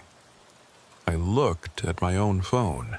The date read October 23rd, but I had vivid memories of 2 weeks passing, of writing the report, submitting it, waiting for responses. "We're still in the loop," I said. "We never left. We just think we did. That's not possible. We're in Portland. We're at our homes. We're not in the forest." The loop doesn't have to be the forest. Walsh said it shifts, that the boundaries change. What if we brought it with us? What if by finding the settlement we became part of the loop? Keaton was silent for a long time. Then, "If that's true, how do we get out? How do we break it?" I didn't have an answer. We talked for another hour, comparing memories, trying to find inconsistencies, trying to determine what was real. But everything seemed real. Portland was real. Our apartments were real. Our jobs were real. Except the date. The date kept resetting to October 23rd. Over the next few days, or what felt like days though the calendar never advanced, I obsessively reviewed all my evidence. The photographs, the video, the GPS logs. And I started noticing things. Small changes in the images. Details that shifted between viewings. In one photograph, a window on one of the cabins would be open. In the next viewing, it would be closed. A vehicle that was present in one frame would be missing in another. The settlement was still changing, still unstable, even in the recordings. And then I found something else. Hidden in the metadata of one of my drone videos was a file I didn't remember creating. A text document, just a few lines. "If you're reading this, you're still in the loop. Don't try to fight it. Don't try to escape. The more you struggle, the tighter it holds you. The only way out is to stop trying to leave. Accept that you're here. Accept that this is real. Then maybe you can find the seam." The file was dated October 23rd, but the creation time was listed as unknown. I showed it to Keaton. He stared at it for a long time. "Did you write this?" "I don't remember writing it, but it's in my files on my equipment." "What does it mean, find the seam?" I thought about Walsh's cabin, about the shimmer we'd walked through to escape, about how reality had flickered and shifted at the boundaries. "The loop has edges," I said. "Places where it connects to the real world. Seams in the fabric. If we can find one, we can slip through," Keaton finished. "But how do we find it if we don't know where to look?" I pulled up the satellite imagery of the coordinates, the recent image that showed only forest. Stared at it, looking for anything unusual. And I saw it. A slight discoloration in one corner, a subtle variation in the tree density that formed a pattern. Not random, deliberate. The pattern was coordinates, different coordinates, marked in the vegetation itself as if the trees had been arranged to spell out numbers.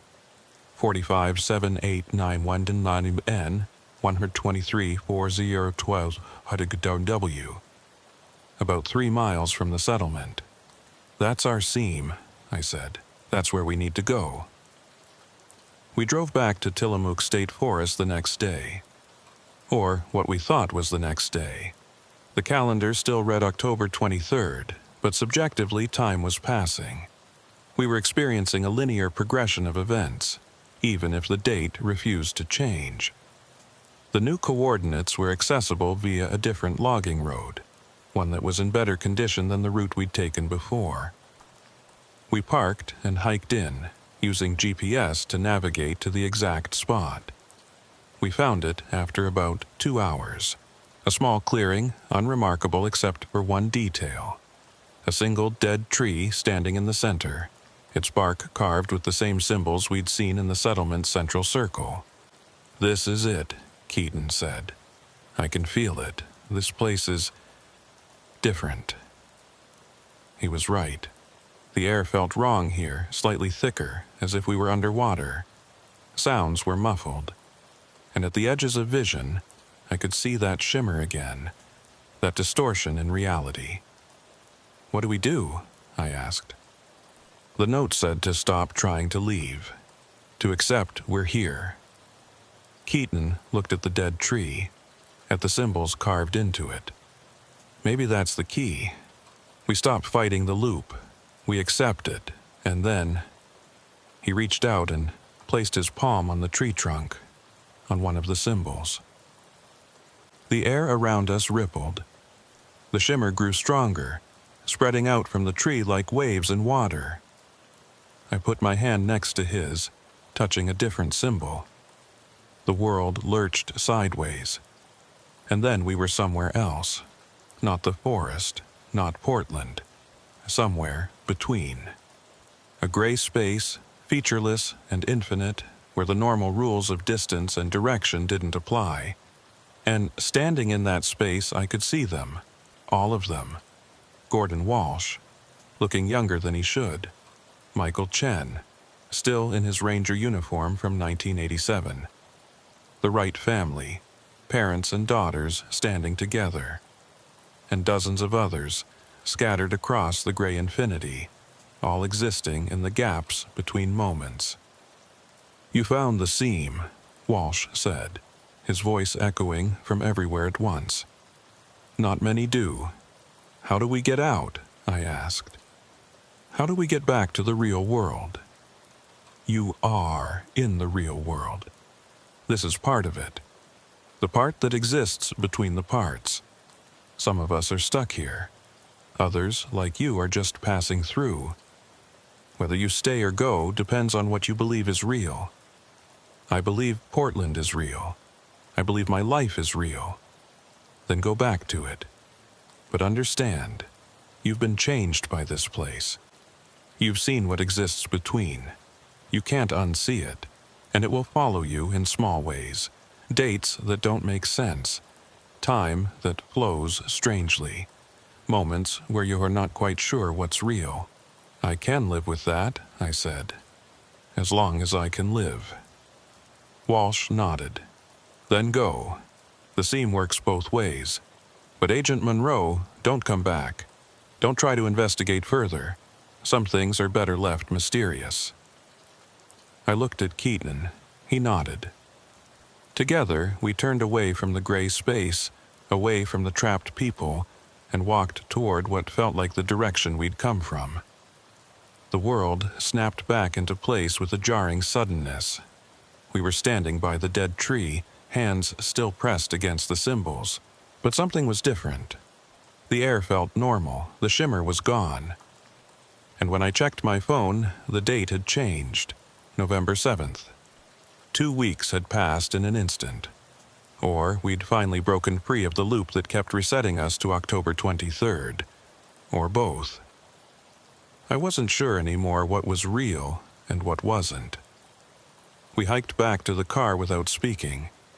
Drove back to Portland in silence. And that night, I wrote my final report. The real one. The one that included everything. The loop, Walsh, the gray space between, all of it. I knew the Bureau would bury it. Would label it the work of an agent who'd been in the field too long. Who'd seen too much strangeness. But I wrote it anyway because Walsh had asked me to document the truth, and because the people trapped in that loop deserved to be remembered. I ended the report with a recommendation. Designate coordinates 45.7234 degree N, 123.4521 degree W as a no investigation zone. Mark it restricted. Don't send anyone else there. Let the settlement exist in its loop. Let the trapped people remain trapped, because the alternative, trying to extract them, would only trap more people. The Bureau never responded to my report. It simply disappeared into the classified archives, marked with a code I didn't recognize. 3 months later, I transferred to the Quantico training facility. Requested reassignment away from field investigations, away from cold cases, away from anything that might take me back to the forests of Oregon. Keaton did the same, transferring to white-collar crime in Phoenix. We don't talk about what happened. We don't compare notes or try to reconcile our memories. We both know that the more we think about it, the more unstable our own reality becomes. But sometimes, late at night, I open my GPS app on my phone and check those coordinates. 457234 Guiu N 123 hours 4521 Dig do W. The satellite imagery always shows the same thing. Dense forest, no clearing, no structures. Except once. Just once, about 6 months ago, the imagery glitched. For exactly 3 seconds before refreshing to forest again, it showed the settlement. Buildings, cleared land, vehicles. And standing in the central circle, looking up at the satellite, a figure I recognized. It was me, or someone who looked exactly like me, waving at the camera. I haven't checked the coordinates since. Because Gordon Walsh was right. I was changed by that place. I've seen what exists between the moments, between the places. I've walked in the gray space where the trapped people wait. And I know that somewhere, in a loop of time and space that touches our world but doesn't quite exist in it, there's a version of me still standing in that settlement, still investigating, still trying to find the way out, still trapped. And every time I think about it too hard, every time I let myself wonder if I really escaped or if this is just another part of the loop, my phone shows October 23rd for just a moment before correcting itself. That's how I know Walsh was right about something else too. The loop follows you. Not always. Not constantly. But in small ways, in moments of doubt, it reminds you that you've touched something that doesn't follow the rules. And it's still there, waiting in the forest, ready to trap anyone else who gets too curious, who follows the wrong coordinates, who believes that every place can be found if you just look hard enough. Some places don't want to be found. And some places, once you find them, never let you go, not completely.